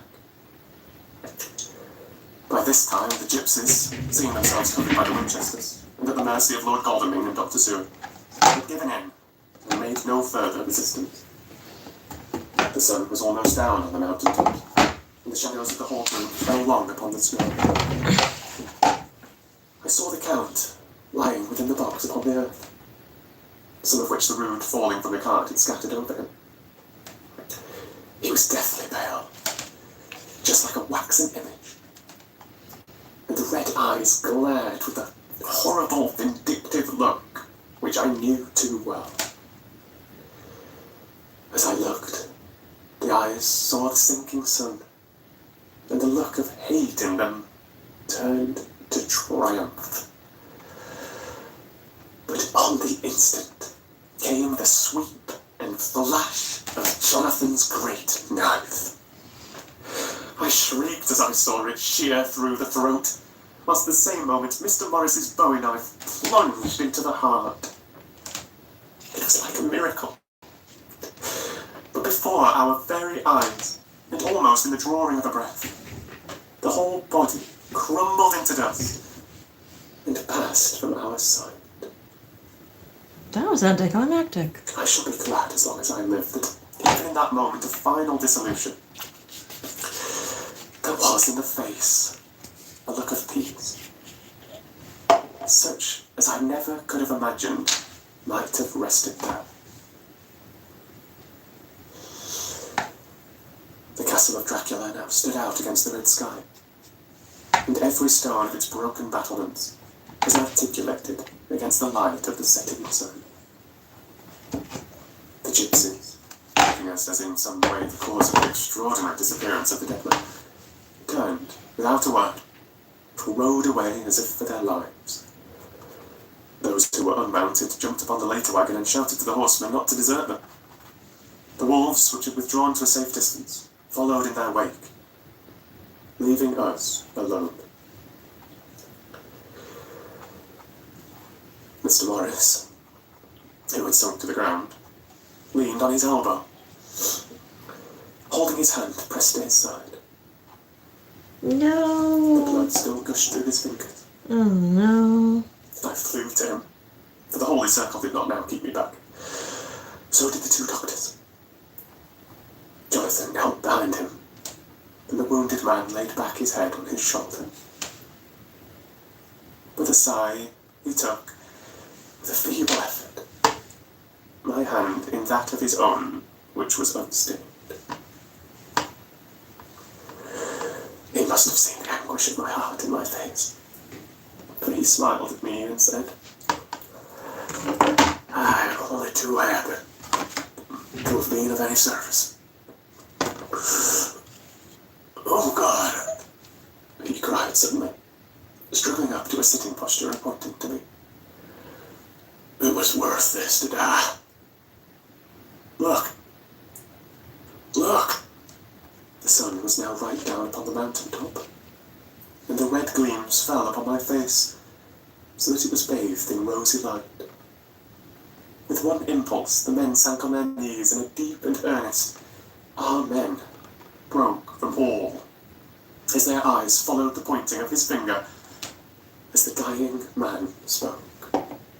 "Now, God be thanked, that all has not been in vain. See, the snow is not more stainless than her forehead. The curse has passed away." No, I liked him. And, to our bitter grief, with a smile and in silence, he died. A gallant gentleman. God damn it! I like that one! Fuck! Damn it! I bummed. What No. the hell? 7 years ago, we all went through the flames. And the happiness of some of us since then is, we think, well worth the pain we endured. It is an added joy to Mina and to me that our boy's birthday is the same day as that on which Quincy Morris died. His mother holds, I know, the secret belief that some of our brave friend's spirit is passed into him. His bundle of names links all our little band of men together. We call him Quincy. Aww. In the summer of this year, we made a journey to Transylvania. Always We went over the old ground which was, and is, to us, so full of vivid and terrible memories. It was almost impossible to believe that the things which we had seen with our own eyes and heard with our own ears were living truths. Every trace of all that had been was blotted out. The castle stood as before, reared high above a waste of desolation. When we got home, we got to talking of the old time, which we could all look back on without despair. The Golding and Seward are both happily married. I took the papers from the safe, where they have been ever since our return so long ago. We were struck with the fact that in all the mass of material of which the record is composed, there is hardly one authentic document. Nothing but a mass of typewriting, except the latter notebooks of Mina and Seward, myself, and Van Helsing's memorandum. We could hardly ask anyone, even did we wish to accept these as proofs of so wild a story. Van Helsing summed it all up as he said, with our boy on his knee, "We want no proofs. We ask none to believe us. This boy will someday know what a brave and gallant woman his mother is. Already he knows her sweetness and loving care. Later on he will understand how some men so loved her that they did dare much for her sake." Jonathan Harker. Give me your orange. Missed you again. Alright. If I can do 2 coats on everything, I'll be doing good tonight.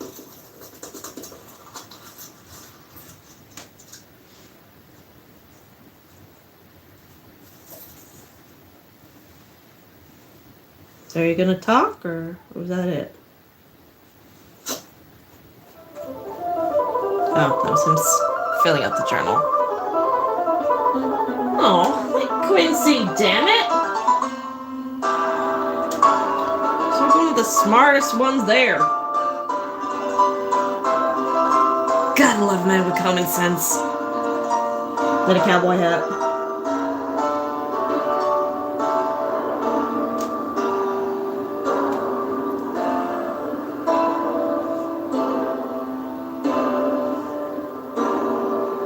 That was it. That was Dracula. Can't believe I did it. Can't believe we did it. That was awesome. Thank you for listening. You're having breathing annoying me, but thank you for reading that for me. It was very much appreciated. Dracula. Performed and produced for you by Stephen Garrett. I'm sorry, Stephen. I didn't mean to bitch so much. Thank you for sharing this wonderful and iconic story with me Thank you for reading it for as I me. read it for the very first time. Oh, you did a great job. Please do leave me some feedback. I would love to hear what you thought of everything. You don't want my feedback. I'm too rude. But I do appreciate work. And I hope to read to you soon. Stop that! Thank you. That was fabulous. 10 out of 10. Definitely read again. Or listen to again. Alright. What color was next? I did the yellow, but the yellow's thin over there. I don't want to do the yellow anymore. Alright, I said Frankenstein is next. So I gotta see if I can find a copy of that. I wonder if I sold anything else today. I don't know. I don't think so. I'm gonna have to take a couple of shifts at the mall.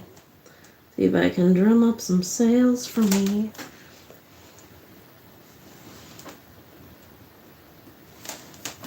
Okay. I think we're going TL next. I do need something to listen to. Music gets me copyright strikes, and then the music doesn't get pushed, or the video pushed as much. No.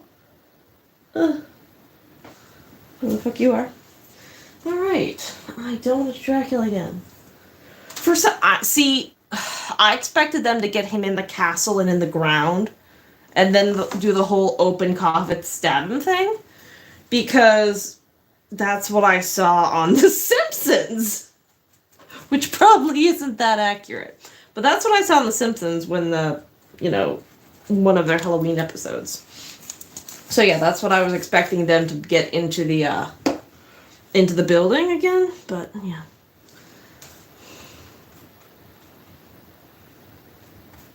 Maybe don't take your historical documents from a cartoon with orange people. No, they're yellow. Orange or yellow. Yellowy, buttery. Humans? They're not really humans. Alright, go listen to something. We could go with the nature of predators again. I'll throw that on for a little bit. I'm going to work till I get a second coat, so I'm going to do green next. Then purple, then black. And then I gotta go in with the white. The white's gonna be last because it's the most hard color to cover. The Shoppers Beauty Plus event. Discover new and exclusive brands. Shop now at shoppersdrugmart.ca. Oh, pants.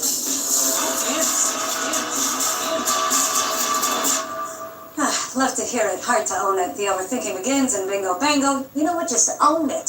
Thanks. They're all Navy. Their pants. The commanded to leave me alone. The monstrous predator gave up and turned its focus to the window. Our helicopter drifted above a sea of rubble, which stretched to the horizon. Building husks lingered as statues to a fallen world, and fires were splashed across the landscape. The ground was covered in a thick coating of soot. This looked like the aftermath of an AXA raid. My heart sank in my chest as I realized how dire the outlook was for Marcel's family. The human pilot guided our craft toward the designated neighborhood. Chief Hunter Isif craned its neck and narrowed its disgusting eyes with sullenness. I didn't understand what game it was playing, trying to make nice with the humans. It must have some dastardly planet work. The AXA commander maintained the brooding expression as we touched down. It ordered the other Greys to sweep the area for survivors and accrue intel for their government. Marcel rose to his feet to follow them, but Isif blocked the human's path. The scaly monster gestured to the devastation behind it. What do you think of what the Federation did, Slavic? The chief hunter growled. My ears laid flat against my skull. I think it looks a lot like what you do. A sharp glint flashed in its eyes. Ah, that's a good answer. You think our species is an instrument of evil, yet you admit your friends are no different. The Federation are monsters, not friends. But they don't eat people. Because they don't have to. You all want my kind wiped from existence. Hell, you probably wish I dropped dead right now. Do you even see us as people? After everything you've done, you'll never be people to anyone. My sudden outburst took me by surprise. Marcel's fingers tensed around my scruff, and his stance shifted to a defensive posture. That commentary placed my human in a precarious situation. My money wasn't on the wounded, squishy primate if this turned physical. I should have never boarded this aircraft to begin with. The AXA raised the ridges above its eyes and turned around with a sigh. Isif somehow restrained its aggression. The pointed hoof emanated disappointment. It drew its sidearm before shuffling into the ruins of New York. Marcel followed with a bit of hesitancy. I'm sorry for what Slavic said, Chief Hunter. Any sapient is a person, no matter what they've done. Is that so, human? The reptile grumbled. Look, our race has become a shell of itself over the centuries. I wish it wasn't like this. My eyes widened in surprise. Polite concessions lamenting their current state wasn't what I expected it to say. For an emotionless predator, it was doing an excellent job of emulating regret. The fear eased enough for me to wonder what it had to gain from this act.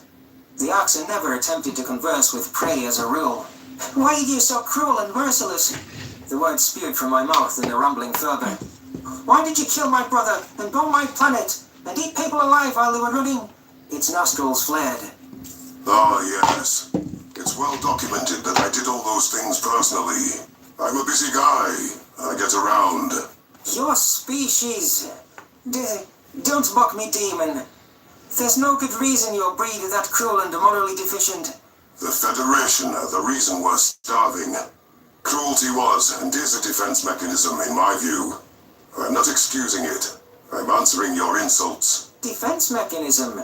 How so? It was needed as a way to cope with what we had to do to survive.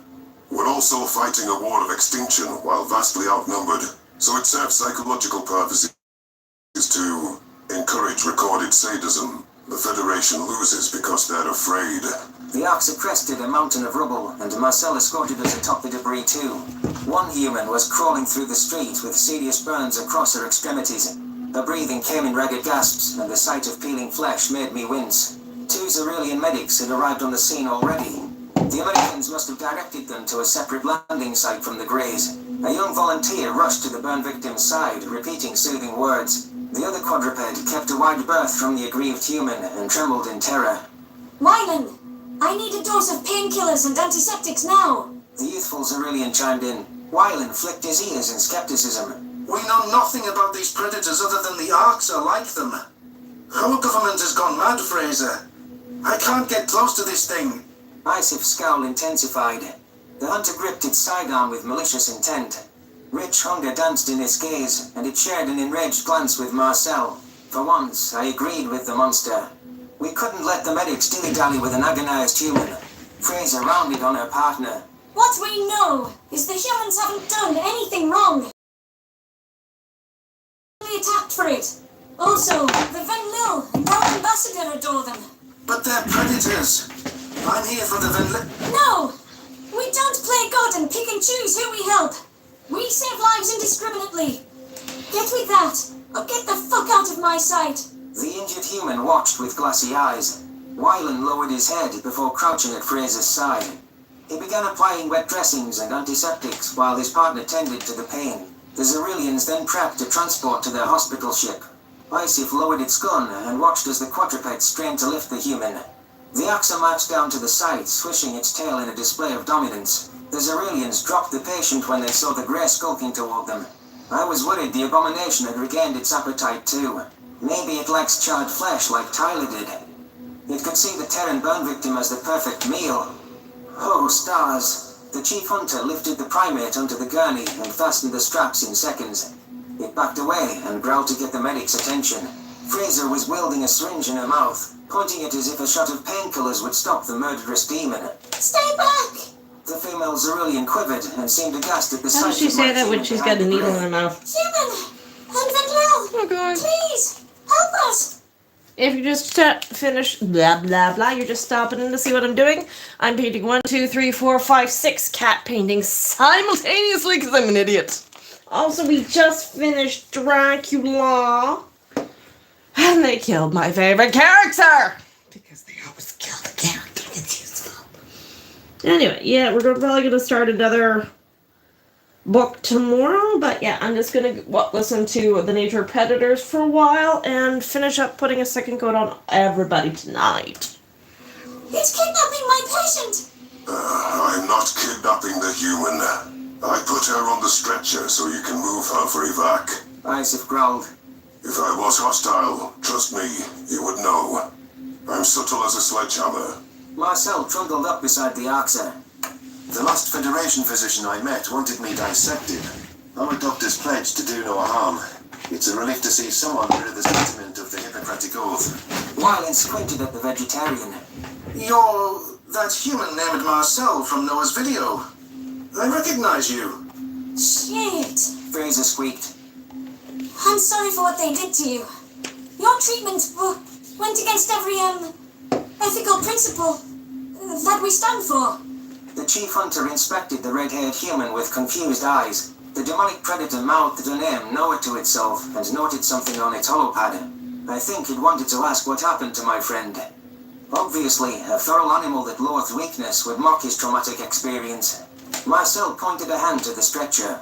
The Xerilian sidled up to the patient hesitantly. Isif slumped beside them, moving the brunt of the weight. The medics shuffled in a terrified stupor, and our oddball group traversed the ruins. It was sad to see Earth like this, having witnessed this city in its sprawling glory days ago.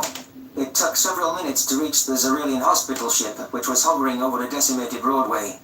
We glimpsed rows of beds in its loading bay, and my human's eyes widened with hope. Panicked shouts echoed from the ship's occupants at the reptile sighting. The chief hunter ducked its head, perhaps to seem less threatening. The Axa pulled away, and more Zerulean medics hurried over to look the patient on board. Fraser and Wyland bore delirious eyes, which suggested the fear was overstimulating them. That little excursion must have been psychological torment to them. Have you rescued a Khajiit child? Hopefully with a human female. My human growled. Next. Wyland blinked. What? A Khajiit. Yellow, spiky, brown furred, big claws. Where is she? The Zeruleans cowered at Marcel's roar, and their hackle fur stood on end. I swatted my tail at his chin, warning him to calm down.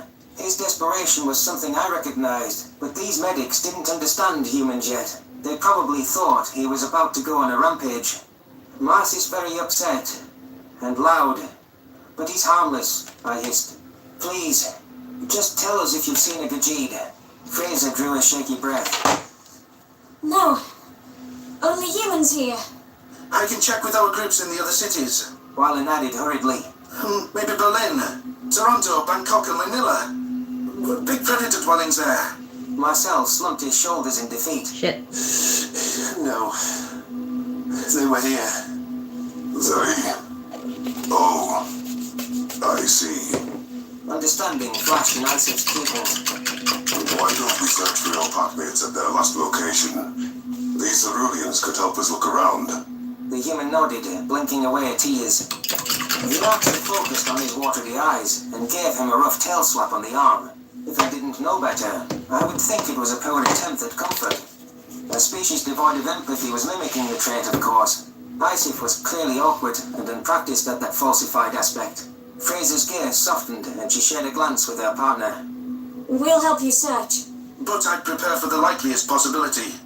As a predator, you should be logical about the situation. Wyland said. Wyland, he clearly grasps the extent of the dead. There's nothing logical about this. Where are we going, Marcel?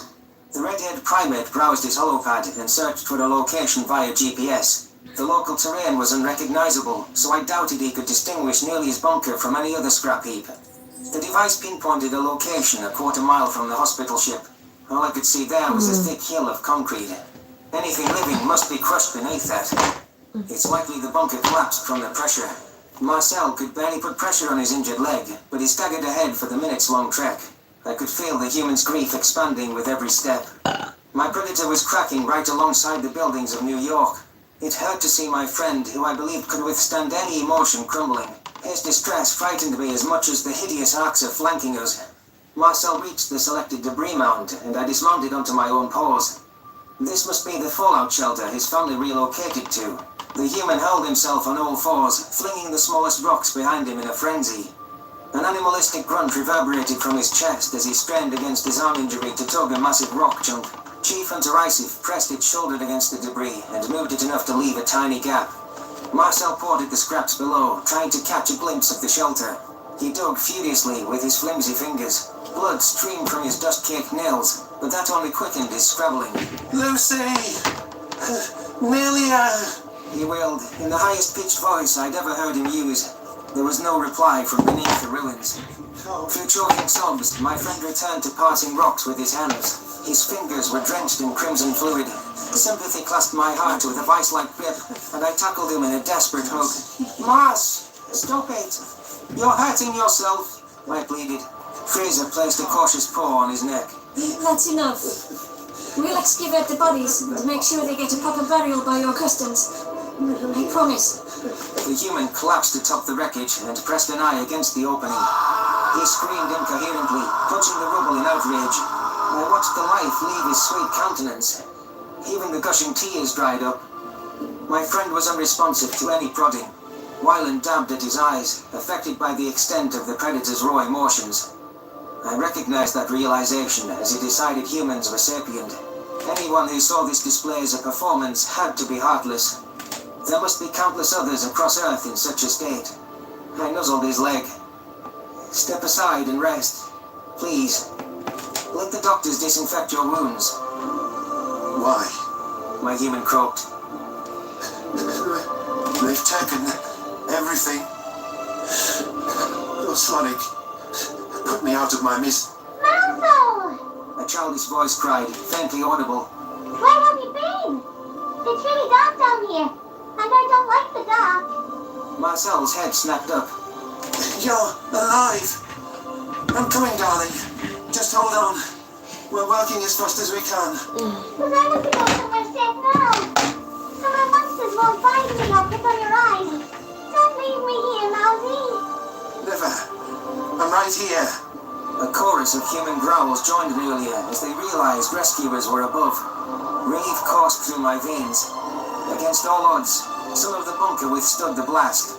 Chief Hunter Isaac radioed to send heavy machinery to our coordinates and withdrew with a fierce snarl. Untrustworthy as it was, I couldn't deny it had been helpful so far. Amidst the chaos and devastation on Earth, it was a relief to save a few human lives. Nice from the thumbs up, ashes. guys. Really appreciate it. I don't mean that sarcastically, I just like bent over, that's why it sounded weird. Early transcription subject, Captain Soblin, Federation Fleet Command. Date, standardized human time, October 20th, 2136. The United Nations had only scratched the surface of species in the Federation, having meaningful interactions with a small percentage. The Crocodile and Farsul received the most fanfare in the Anti-Predator Coalition. The 24 total species had participated in Earth's attack. Of those, 17 committed only a minority of their forces. One of those was the Harchin, a reptile species famed for their natural camouflage. The waddling prey bipeds were half a human's height and could morph their skin into a multitude of alluring colours. Their species was a stellar average in most fields, notable for a few media franchises and software startups. Thus, all they had in common with the Arxer was animal class. My decision to wander into Harchin territory looked dicey though, in an obvious Venlo ship. Given their hostile relations with Earth, I doubted they'd welcome us with open arms. That was why I weaponized the human stealth tactics to remain hidden. Their cunning strategies deployed against Gajit border outposts long ago had become useful in ironic fashion. Our ship leapt between high gravity spots until we lurked behind a satellite of the blissful modernity. It was a wealthy colony which housed media conglomerates and tech companies. Most importantly, it was the home of an investigative reporter I wanted to recruit. Her stories were hard-hitting, and she was steadfast to the facts, whatever they may be. Why are we here, Sovlin? The deaf Talpin demanded through his synthesizer. You are escaping with the Harchin, a Terran enemy. You still want to kill the humans for being predators. Berna, his sister, flicked her claws. Countless people died on Earth, you monster. How can you turn your back on them? I'm going to pick up a journalist named Selene, who I trust in the shuttle, I replied. You're going to wait here, where no one can see you. In and out, and head to Arthur. This Selene must have an interest in protecting her planet. Her species is hostile to the humans. The female Khajiit returned. There are other journalists in the galaxy. Hell, thousands on Arthur. We don't need an enemy. The media figures who can be impartial to humans are few. Selene is the one who exposed the Civ kits for turning away millions of refugees a year, and dissected their unsustainable colonizing practices. Though it was outing the Crocodile military for prolific extortion that got her famous. How does any of that connect her to you? Because I was the anonymous source for both stories. Gunboat diplomacy wouldn't retrieve intelligence, whatever my UN guards had thought. Berna and Talpin objected to my plan, but they were missing the big picture of our Kultian excursion. Mouthpieces were little good without the means to spread their message around. Besides, investigating the Federation was something that mandated professional assistance. Sensors indicated a large ship presence around the blissful modernity. Perhaps the Harchin anticipating a human counterattack. Scanning for subspace readings or life signs wasn't an option in our precarious stealth mode. The situation would be clearer once I got a visual. The escape pod was cramped on the inside, but I wriggled through the emergency hatch nonetheless. My hope was that this Vendel-sized four-seater would escape detection. Here you go, Sovlin. Fly through a waiting armada. And then, you'll have to get back up here too. This was a remarkably bad idea. My surroundings became visible on the viewport as I coasted out from behind the solar station. The Harchin colony glistened a dusty brown, I'm fucking tired! vegetation. Hundreds of warships were centered around the planet, which set alarm bells off in my head. The prey reptiles never had this many heavy craft on standby for a minor colony.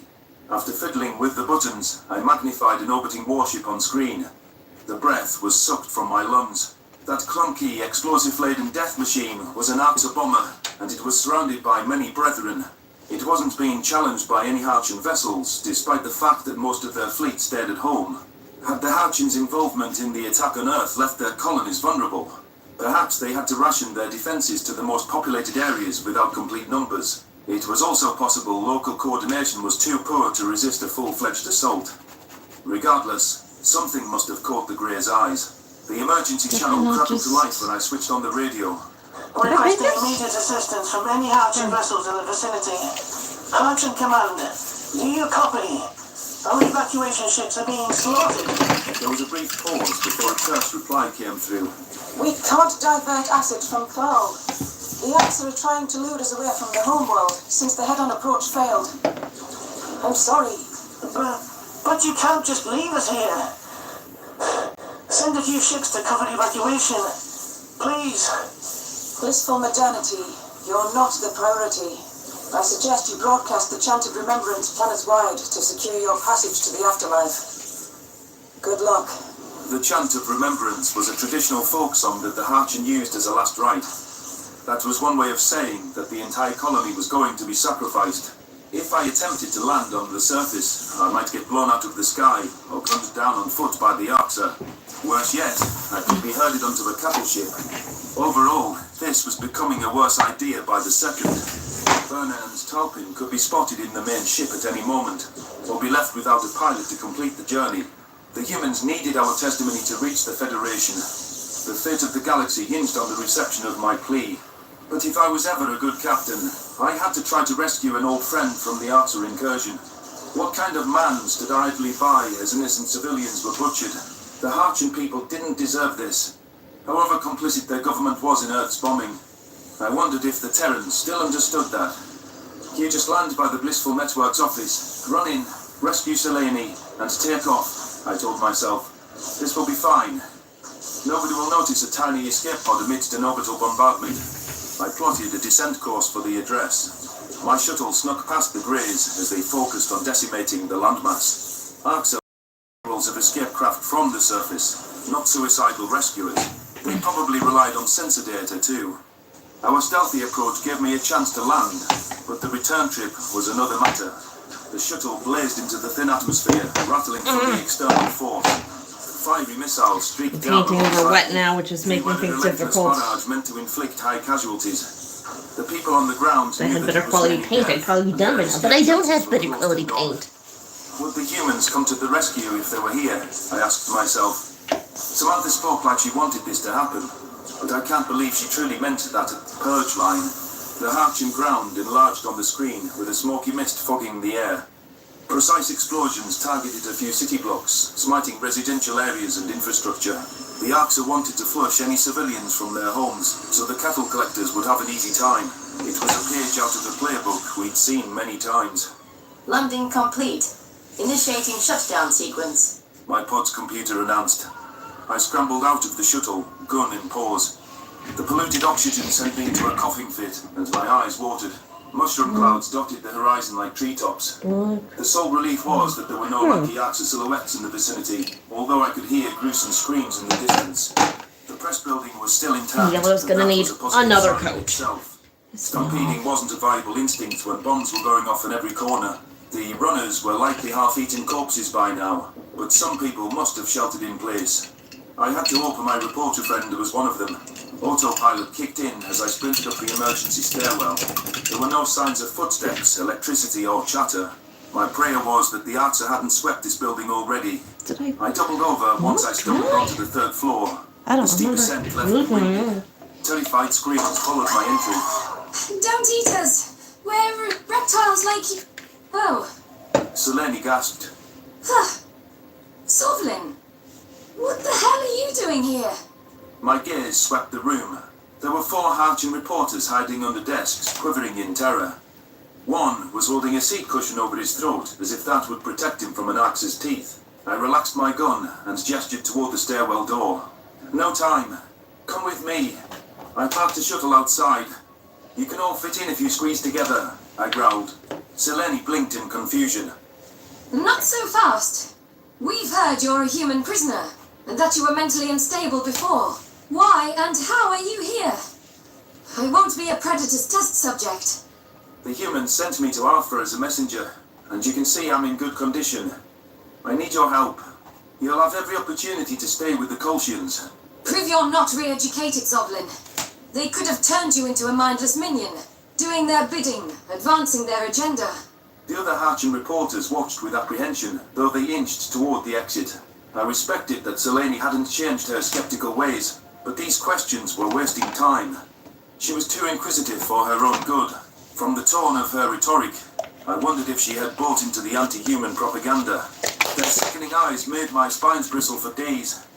I thought the humans would torture me and lay waste to any civilization they crossed paths with. I chewed my claws with impatience. I believed every empathetic act they did had an ulterior motive. I wanted them all dead, and I remember it all. Unlike a brainwashed individual, Selene climbed to her feet. So why would we help humans send a message after what they did to us? What they did to you? You attacked their home unprovoked. It's the Axa attacking you now. They're not affiliated. This is a coordinated bombardment against every species in our coalition. At least those that we can make contact with. Someone had to take the Greys off days ago. Are you sure about that unaffiliated claim, Sovlin? Shock coursed through my veins. The other coalition members were under siege too. A specific attack against the races who targeted Earth led to some dark conclusions. If these raids weren't spontaneous acts of violence, then maybe the Gajit Cradle... No. The humans were kind to non-combatants on the Cradle, imperiling their own lives for our welfare. Terran rules of warfare disallowed attacks against civilians. Those soldiers fought tooth and nail to protect our cities and cared for our refugees with the utmost kindness. I couldn't believe that they would set such a plan in motion. But who else would have contacted the Greys? The humans were very interested in negotiating with the Axa during the last interrogation. It's possible they reached out, I decided. Protector help us if they jumped sight out of desperation. Selene shuddered. You know the Terrans talk to the Greys. I can see it in your eyes. The humans were pursuing diplomatic avenues. But they also despised what the Axa did to our world. It has to be an accident if they shared this, I sighed. All I care about is the honest truth. And you might not like what that truth is. I can't help you spread human deceit. Not even to save my life. This isn't about humans, silly. I'm here because the Federation are killing each other over how they voted. It's going to doom us all. Just please, come with me now and take a look at the facts. That's it. Fear shone in the female Harchin's eyes momentarily, and her skin morphed into the beige shades of the wolf. I took that as a sign that she was camouflaging to head out. The other staffers had no qualms scampering down the stairwell ahead of me. They'd take their chances with an unstable predator-tainted Gajid over an Axis motor fleet. Terrified shrieks echoed from the first Harchin staffers to exit the building. They turned back, tripping in their haste up the stairwell. I gestured for them to quiet down and raised my gun. There must be an Axa cattle squad or an Eton Harchin in sight, which meant we needed to depart quickly. I peeked my head out the door. Horror brought my spines to full bristle as I saw 5 Greys leaning against the escape pod. The vicious predators were waiting for the prey to wander into their grasp. My stationary shuttle must have been sighted along their route. The hunters seemed delighted by the unexpected appearance of a Gajid. I suppose that was a rare meal, post-cradle. There was no way I could shoot all of them, especially with their superior reflexes. Running was impossible too, since my shuttle was our ticket off this rock, and I just brought the Harchin to their deaths. Yep. My brain froze in terror for a split second, sealing my fate. One Axa pounced from all fours and dragged me by the arm out into the open. Saliva coated my fur in a sticky dousing as its monstrous fangs pierced my skin. My initiative for the humans was going to end with me as a predator's meal.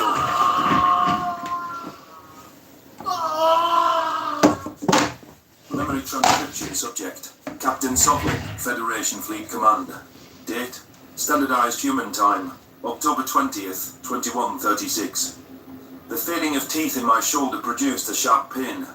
The joint was about ripped from the socket as I was dragged across the asphalt. I wriggled in the predator's jaws, punching its snout to release its grip. The stabbing of my long claws drew blood, and it tossed me onto the ground with the shake of its head. My body slammed against our metallic shuttle. All I could see was stars. The pounding of my heart was a nauseating experience.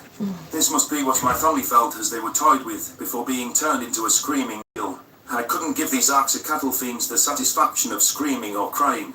Maybe it was worth some sort of plea to get them to spare the Harchin. The sole option that crossed my mind was to invoke the humans. They were the only ones the Greys had a remote respect for. If the primates had directed the Arxa Dominion to this vulnerable civilian populace, perhaps they would abandon anything the Terrans allegedly claimed. Stop! I squealed. I'm a human slave, on a mission to expose the Federation's lies. When I feed your cattle, like you say, they want to get the details for you. To my amazement, the Grey paused in its stalking position. The humans did claim the Gajid homeworld, and we recognise their stake. I can smell them on your fur. But where are our fellow predators if you're their property? They wouldn't set you free. They have my family, I sobbed with fake despondency. I'll do whatever they want, even if it's harmful to the Federation. Confusion flashed in Seleni's eyes. The Harchin reporter knew my family was long deceased, so that lie wouldn't fool her. I didn't understand why the prey reptiles hadn't made a run for it yet.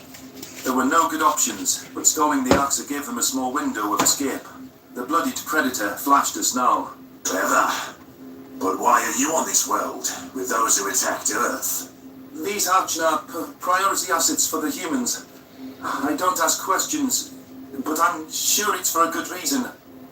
Let us leave. Please. The Greys conferred for a moment and inspected a smoking section of the shuttle hood.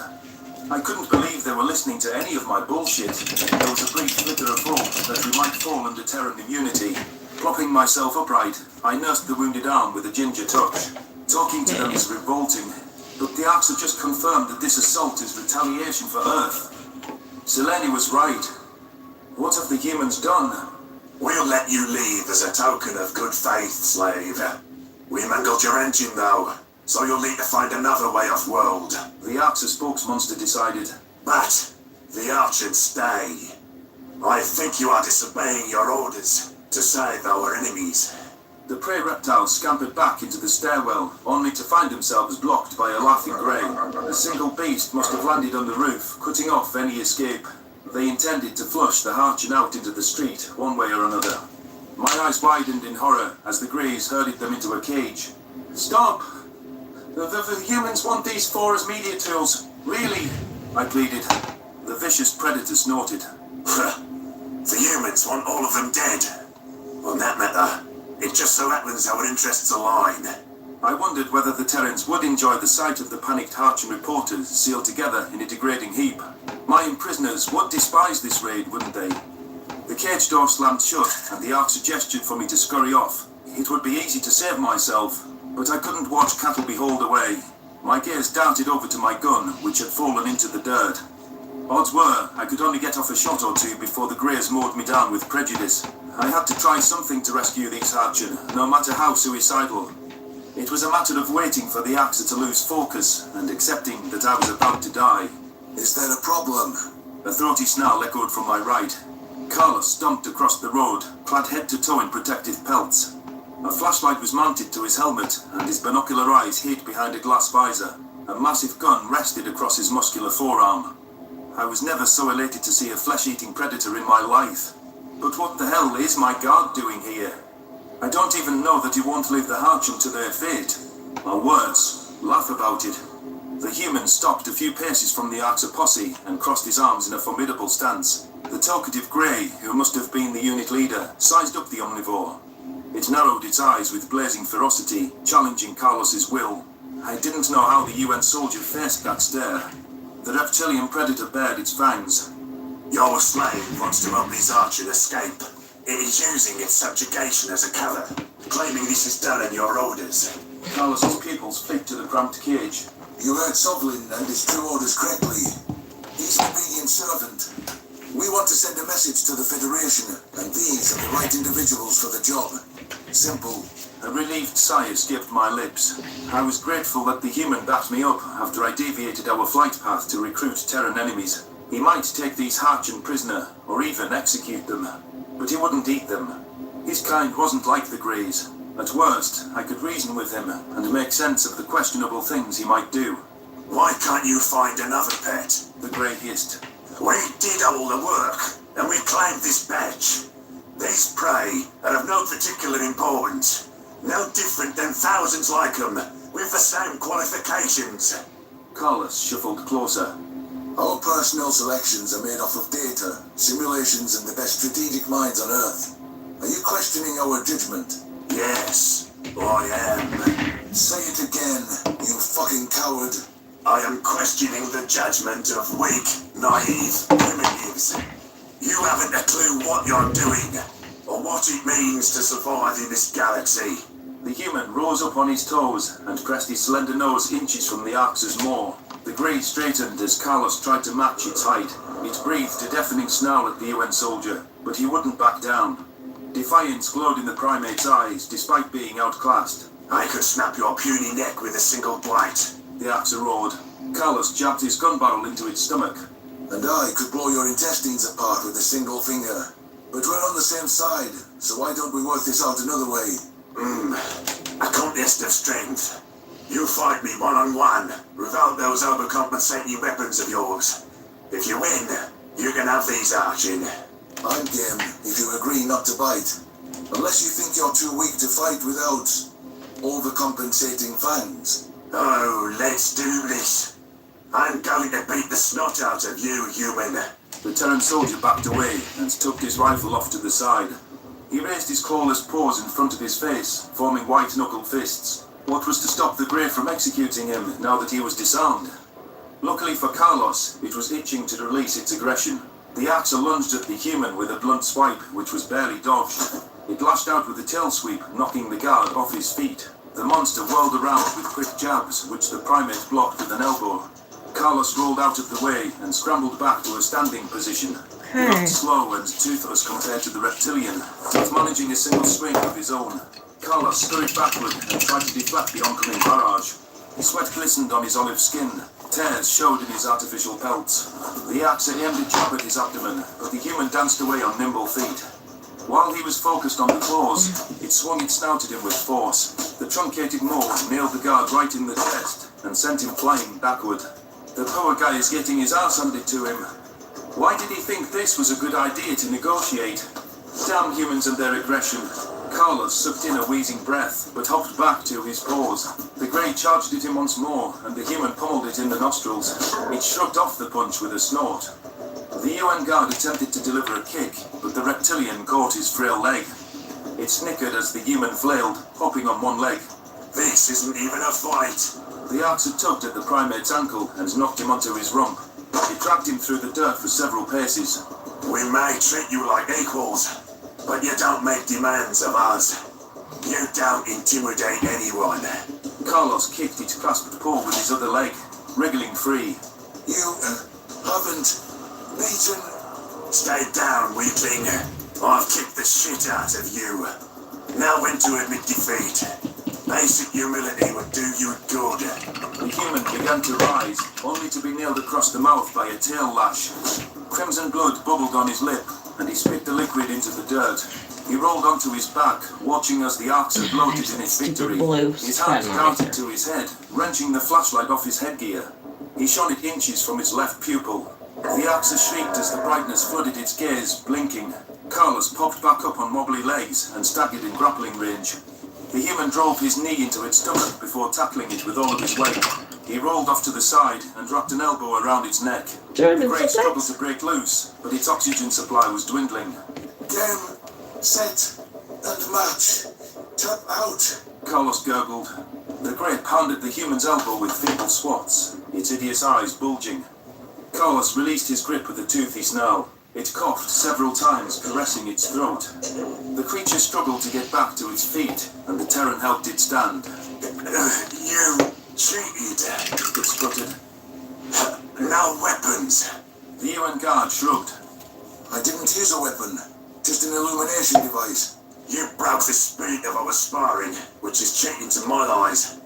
You show little respect to your eyes, and you're lucky I lighted evidence. Take the damn arching. It's a whopping 4 kettle. The axes slunk off with narrowed gazes as their leader hobbled away. True to their word, the demons left the hatching cage behind. The relief that flooded my veins was indescribable, though my hammering heart wouldn't pipe down. I raced over to the human and flung my arms around him with choking sobs. Carlos stiffened and pulled my paws off him. Yeah. Don't do that, man. Sorry. I'm just really grateful for your help, I muttered. What are you doing here? Keeping an eye on you, obviously. We were concerned about your little pit stop, and I followed you down here. I would really appreciate if you'd not go around calling yourself a slave in future. It was improvisation. Can't argue with results. Speaking of improvisation, you put the whole mission at risk with this little stunt. The fuck were you thinking? It was supposed to be a brief, easy trip. I wanted someone I knew. A friend on the team. I've dealt with enough people who hit me in recent weeks. Whatever. Let's get your friends out of there. Hope they understand we're only the ride out. If they run off, I'm not going to stop the Greys from nabbing them next time. The human unclasped the cage door and watched as the Harchin tumbled out. Selene inspected the predator with petrified eyes. Her comrades seemed repulsed by Carlos's lumbering form too, squealing as they returned his stare. The journalist's eyes darted to the side as though they wanted to run. Did you tell the Arctic to attack us? Selene blurted. Carlos narrowed his eyes. I don't know. That's above my clearance level. If we did, it was likely to deter your forces from attacking us. The UN wouldn't want this to happen. I slumped my shoulders. Not even people like Samantha. Wouldn't she want the Harchin to feel the same losses as Earth? An indignant cough came from an abandoned vehicle behind us. Upon closer inspection, the female human was stretched out behind cover. A thin rifle barrel with a glass ornament was propped on the ground. She must have been monitoring the interaction the entire time and watching Carlos's back in case his confrontation went awry. I don't believe that people deserve to die for what they are.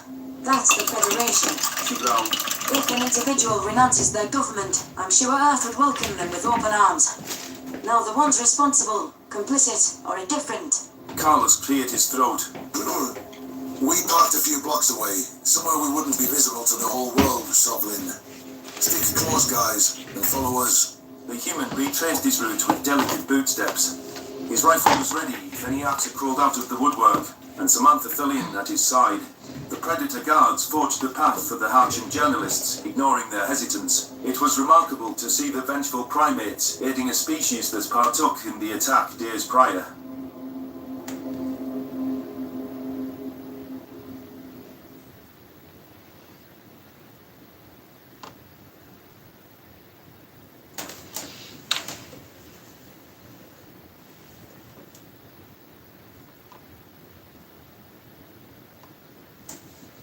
Really? Oh,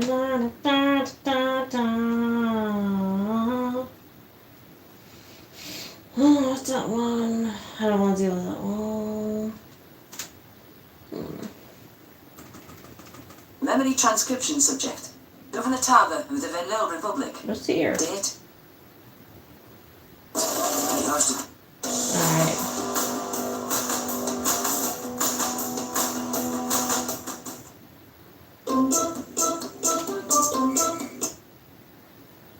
Memory transcription subject. Close Captain enough. Sovlin, Federation Fleet Command. Woo, dizzy. I think it's almost time to go to bed. I'm tired. 2136. The bulletproof vest afforded to me by the predators was snug around my spines, but nearly fell off my shoulders. Its shape was not designed for the returned Gujid species. The slender curvature of the human spine was a polar opposite, evolved for grace and flexibility. I knew the armor might save my life, but I wish I waited longer to don it. My bristles were being compressed at irritating angles, and the nearest soldiers seemed annoyed by my inability to sit still. The humans were sandwiched together in the shuttle, brushing shoulders with each other. I was glad to be at the end, so I could lean toward the wall. Samantha traded places with Carlos halfway through the ride. She bore an obvious disdain for me, but the male guard had enough of my fidgeting. Many of the general soldiers curled their lips in contempt as well.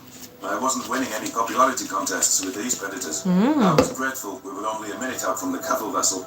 Did we succeed at paralyzing the Archer transport? I asked the female chaperone. Her eyelashes fluttered in annoyance. Yes. We are not listening to the damn announcements. Relax, Sam. It was an innocent question. Carlos sighed. I'm sure he just zoned out. You feel sorry for the racist war criminal? A soldier called out. I saw a few humans nod their heads in agreement, which caused me to lower my gaze. There wouldn't be many tears shed by anyone other than the UN brass if the Arks had gunned me down today. Not that I blamed them. An honourable death wasn't the worst thing I could think of. Dying scared me more than death. I wish I had a weapon so I could actually help. I don't want to stay back and let them do all the fighting. Well, that's great news, I said, ignoring the jab. Can I have a gun? No, a chorus of voices answered in unison. I waved my claws dismissively. Worth a shot. The shuttle lurched beneath my paws, and my vest pressed harder against my spines. There was going to be some light bruising tomorrow if I lived past this battle. Our craft latched onto an outer wing, attaching itself to the immobilized transport. We inched forward so that our airlock stood across from there. A vaccinated predator slipped into our emergency airlock, and I strained to see his movements through the window. The Terrorman filled the walkway on our side and floated across to the Archer vessel with a gentle push. All that tied him to us was a thin rope on his waist. He tested the red lever with a feeble hand and confirmed that it wasn't locked. The human nodded to himself and used some sort of suction technology to adhere the tunnel to the enemy ship. His feet clicked onto the ground as the artificial gravity initiated. Once the corridor was sealed from the vacuum, he raised his thumb to the rest of us. I didn't understand the signal, but the others took it as a go-ahead. The UN soldiers trundled out of the ship, wielding massive rifles. While the predators possessed few natural gifts, they were saddled with a truckload of gear. Their warriors were clad head to toe in black armor, including a hard shell atop their heads. Once they shoved reflective goggles over their eyes, humans looked like homogeneous, impassive machines. Stick behind us, Sovlin. Samantha rose to her feet, falling into the rear of the pack. We can't leave you here to get captured. Take cover and stay out of the way till you're needed. Silence fell over our entourage as the primate crossed the cattle ship's threshold. I couldn't help but notice the humans' slinking posture, as though they were stalking prey in a shaded forest. They were couched to a fraction of their normal height, with steps that were furtive and calculated. Their guns swiveled in every direction, searching for a target to pounce on. With a hint of reluctance, my paws followed them down the tunnel. There were some short bursts of gunfire as they pumped a few unprepared answers full of lead. I suppressed a chuckle, knowing it would have made me seem deranged. The enemy would raise the alarm now, but I relished that we got the drop on them. My attention switched to the reptilian interior, taking mental note of its intelligence like this. The atmosphere was musty, but the lighting was rich and plentiful. The hygiene of the enemy's ship surprised me as well. It didn't reek of rotten flesh or blood. I guess those savages understood basic disease transmission after all. We followed the entryway a few hundred paces before we reached a bend in the path. The team leader poked his head around the corner and immediately recoiled. A barrage of bullets decimated the wall where his shell cap poked out moments earlier. He dropped back behind cover, hugging his weapon to his chest. Now I'm just being an asshole. Arming themselves and taking positions, he hissed. They're waiting for us. We have more numbers than that, but the Archer have a clear line of sight. They're going to nail us as soon as we advance. The human rolled a metal canister across the floor, which released a milky plume of smoke. Irritants dispersed through the hallway, and I squinted to see anything. There was no way the Archer could determine our position if I could barely see my clothes in front of me. Shrouded in the haze of silver mist, the terrorists stepped out from behind their refuge. The Archer sprayed bullets in our direction, hoping to connect with something. These sounds helped the humans key in on their positions, and they spewed their own routes back in return. Terrans seemed to fare better in low visibility with their remarkable adaptiveness. The silhouetted movement I glimpsed in the mist suggested a few graves were hit. As the smoke dissipated, the primates sprang toward any makeshift shelter they could find. Carlos pulled me behind a supply cart and popped his gun over the top. Samantha sprawled on the floor beside him. Her hands were steady as she gazed down the scope and fired as an Archer attempting to fall back. I didn't know the Grace could retreat. I imagine down that main staircase we'll find living quarters. Almost done. Almost done. 1, 2, 3, 4 more to go. And then I can touch up tomorrow and then start with the detail. It was bleeding profusely. An enemy bastard was still twitching until another Terran soldier unloaded a clip into his head. That was overkill. But hey, I wasn't judging. Samantha caressed her rifle with a gloved hand and waved for Carlos and I to follow. Hesitant as I was to move, the handful of hostile survivors were regrouping with their brethren. The Terrans blinding every combatant called the Archer off guard. It forced them to make concessions in a way back. The Greys haven't talked to true enemy in a long time, have they? I mused. They haven't been on the back foot for a second in this war. Our weakness has made them complacent. There was no sound from the presumed Archer position, and I guess they were lying in wait. The Eowyn contingent advanced with caution, creeping toward the stairway. Their boots glided across the metal as light as the patter of rain. Whether they were coached by instinct, training, or generational experience, I did not know. A grating voice rumbled over the PA. Greetings, fellow hunters. I take it you don't appreciate that we, stole your catch. Several human predators startled, and their attention shifted overhead. My jaw almost dropped to the floor. The Arks had never conversed so eloquently with us. We translated their dialects at first contact, but I couldn't remember them enunciating anything with vulgar threats in my lifetime. It was incredible that they had words for greetings or appreciate. We would have offered to split the hole if we'd realized our intrusion sooner. The Archer continued.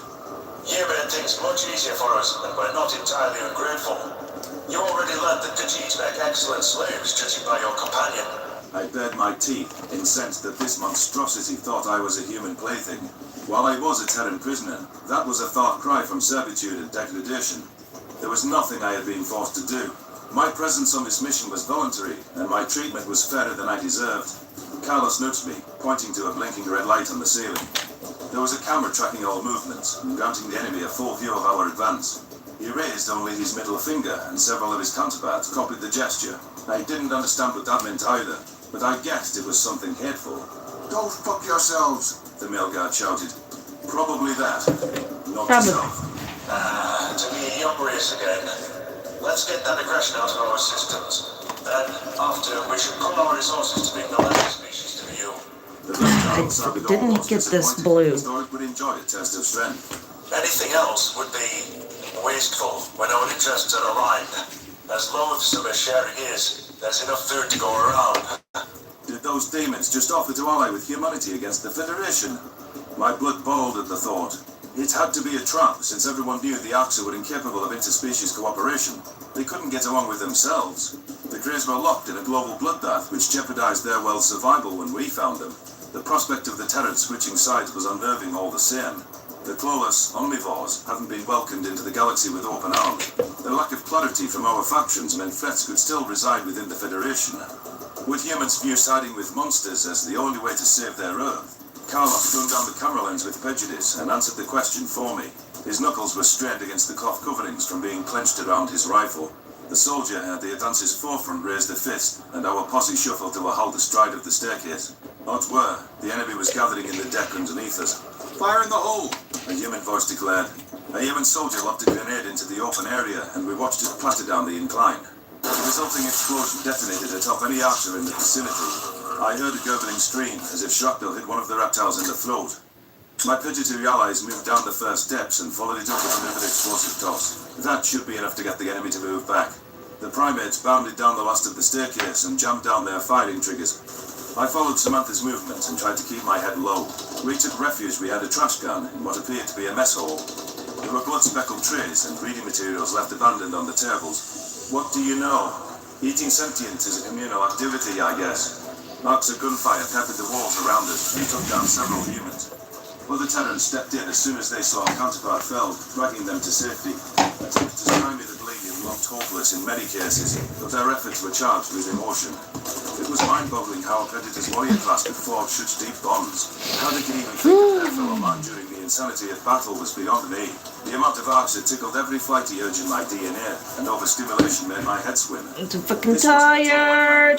Nobody's helping. I was helpless without any weapon. If one of them Trying to get shit done. No one's getting back to set me. several reptilian eyes on me. From their vantage point, Dinner just walked in front of a fighting squad. Malicious snarls sent in my direction told me what they saw in my form. The humans, for all their unwanted teeth-baring, had never seemed so distracted by me. The stake arms oblique. You head predators. You want them to burn, rot, and die in agony, I murmured. Samantha snorted. Gee, thanks. Not you. You're different. Whatever you... A stray bullet grazed the female's headgear. She sensed it clip her cap and fell back as a knee-jerk reaction. The soldier dragged herself back up against the waistbin with erratic breathing. After taking a moment to collect her wits, she worked to get a rifle situated. Guilt flashed through my mind, realizing my distraction almost killed her. Calling my guards friends would be a stretch, since that required a mutual respect. But they had become familiar faces, and I didn't wish for anything to happen to them. There had to be some way for me to help, rather than impede their progress. Carlos was crouched a few paces deeper, using an upturned table as a shelter. Several UN soldiers were positioned there, coordinating fire. My eyes widened in alarm as I saw an Oxidua attempting to encircle them. I shouted to warn the humans, but the deafening pops of gunfire drowned out my words. Panic fluttered in my chest as a reptile straightened its rifle. Sitting here and doing nothing wasn't an option. Samantha was too rattled from her encounter to react in time. The mangled arcs of corpse down by a grenade at the base of the staircase caught my eye. A crazy thought leapt into my head as I glimpsed the bloodied gun in its grip.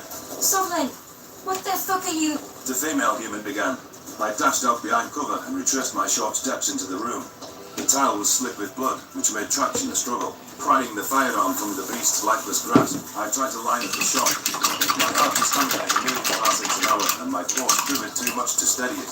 The lead axer fired off the first shot, nailing one of Carlos's companions in the back of the neck. The other humans whirled around, but they couldn't react in the half second it would take to execute them all. Gritting my teeth, I tried to lock my wrists. I released several rounds, praying I wouldn't accidentally hit the Terrans. 2 of my 5 bullets nailed the first archer, and it tumbled to the floor. Its pilot stumbled over the body, which gave the primate enough time to swivel around. An unfamiliar Terran blew its head off with panic motion. Carlos turned his masked skull, looking for the source of the shots that saved him. His gaze faced me as I skittered back to Samantha. The female snatched the firearm from my grip, tucking it under her arm. "You're really going to take the gun away?" I groaned. "I saved..." She offered a grudging sigh. You saved Carlos's life. "I'm good at killing. For a Gajid. Let me help. Please." Not a chance. Don't even think about pulling a stunt like that again. I chewed at my claws and leaned back against the wall. Several human corpses were straight about the entry point, suggesting many hadn't been as lucky as Carlos. These Terran soldiers were resilient, but it was evident Dark's marksmen had wicked accuracy. About half of our active allies appeared to be nursing injuries, which spoke to an unrivaled ability to persist through pain. But then again, I couldn't tell when crimson bloodstains were theirs or a comrade's. Regardless, our ranks weren't unscared. From what I could make out of the scenery, the Greys had suffered their fair share of casualties too. Their numbers were whittled down to 10 or so, by my estimation. The Yeoman warriors were starting to get... Alright, fuck this. I'm done for the night. How long have I been sitting here? Christ. I'm going on a little over 4 hours now. Yep, I'm gonna call it. Thank everyone. Thank you. Fuck! I'm tired. Alright, thanks everyone for stopping by. Thank you for the likes, and you are always loved and appreciated. You guys have a good night or morning, wherever you are.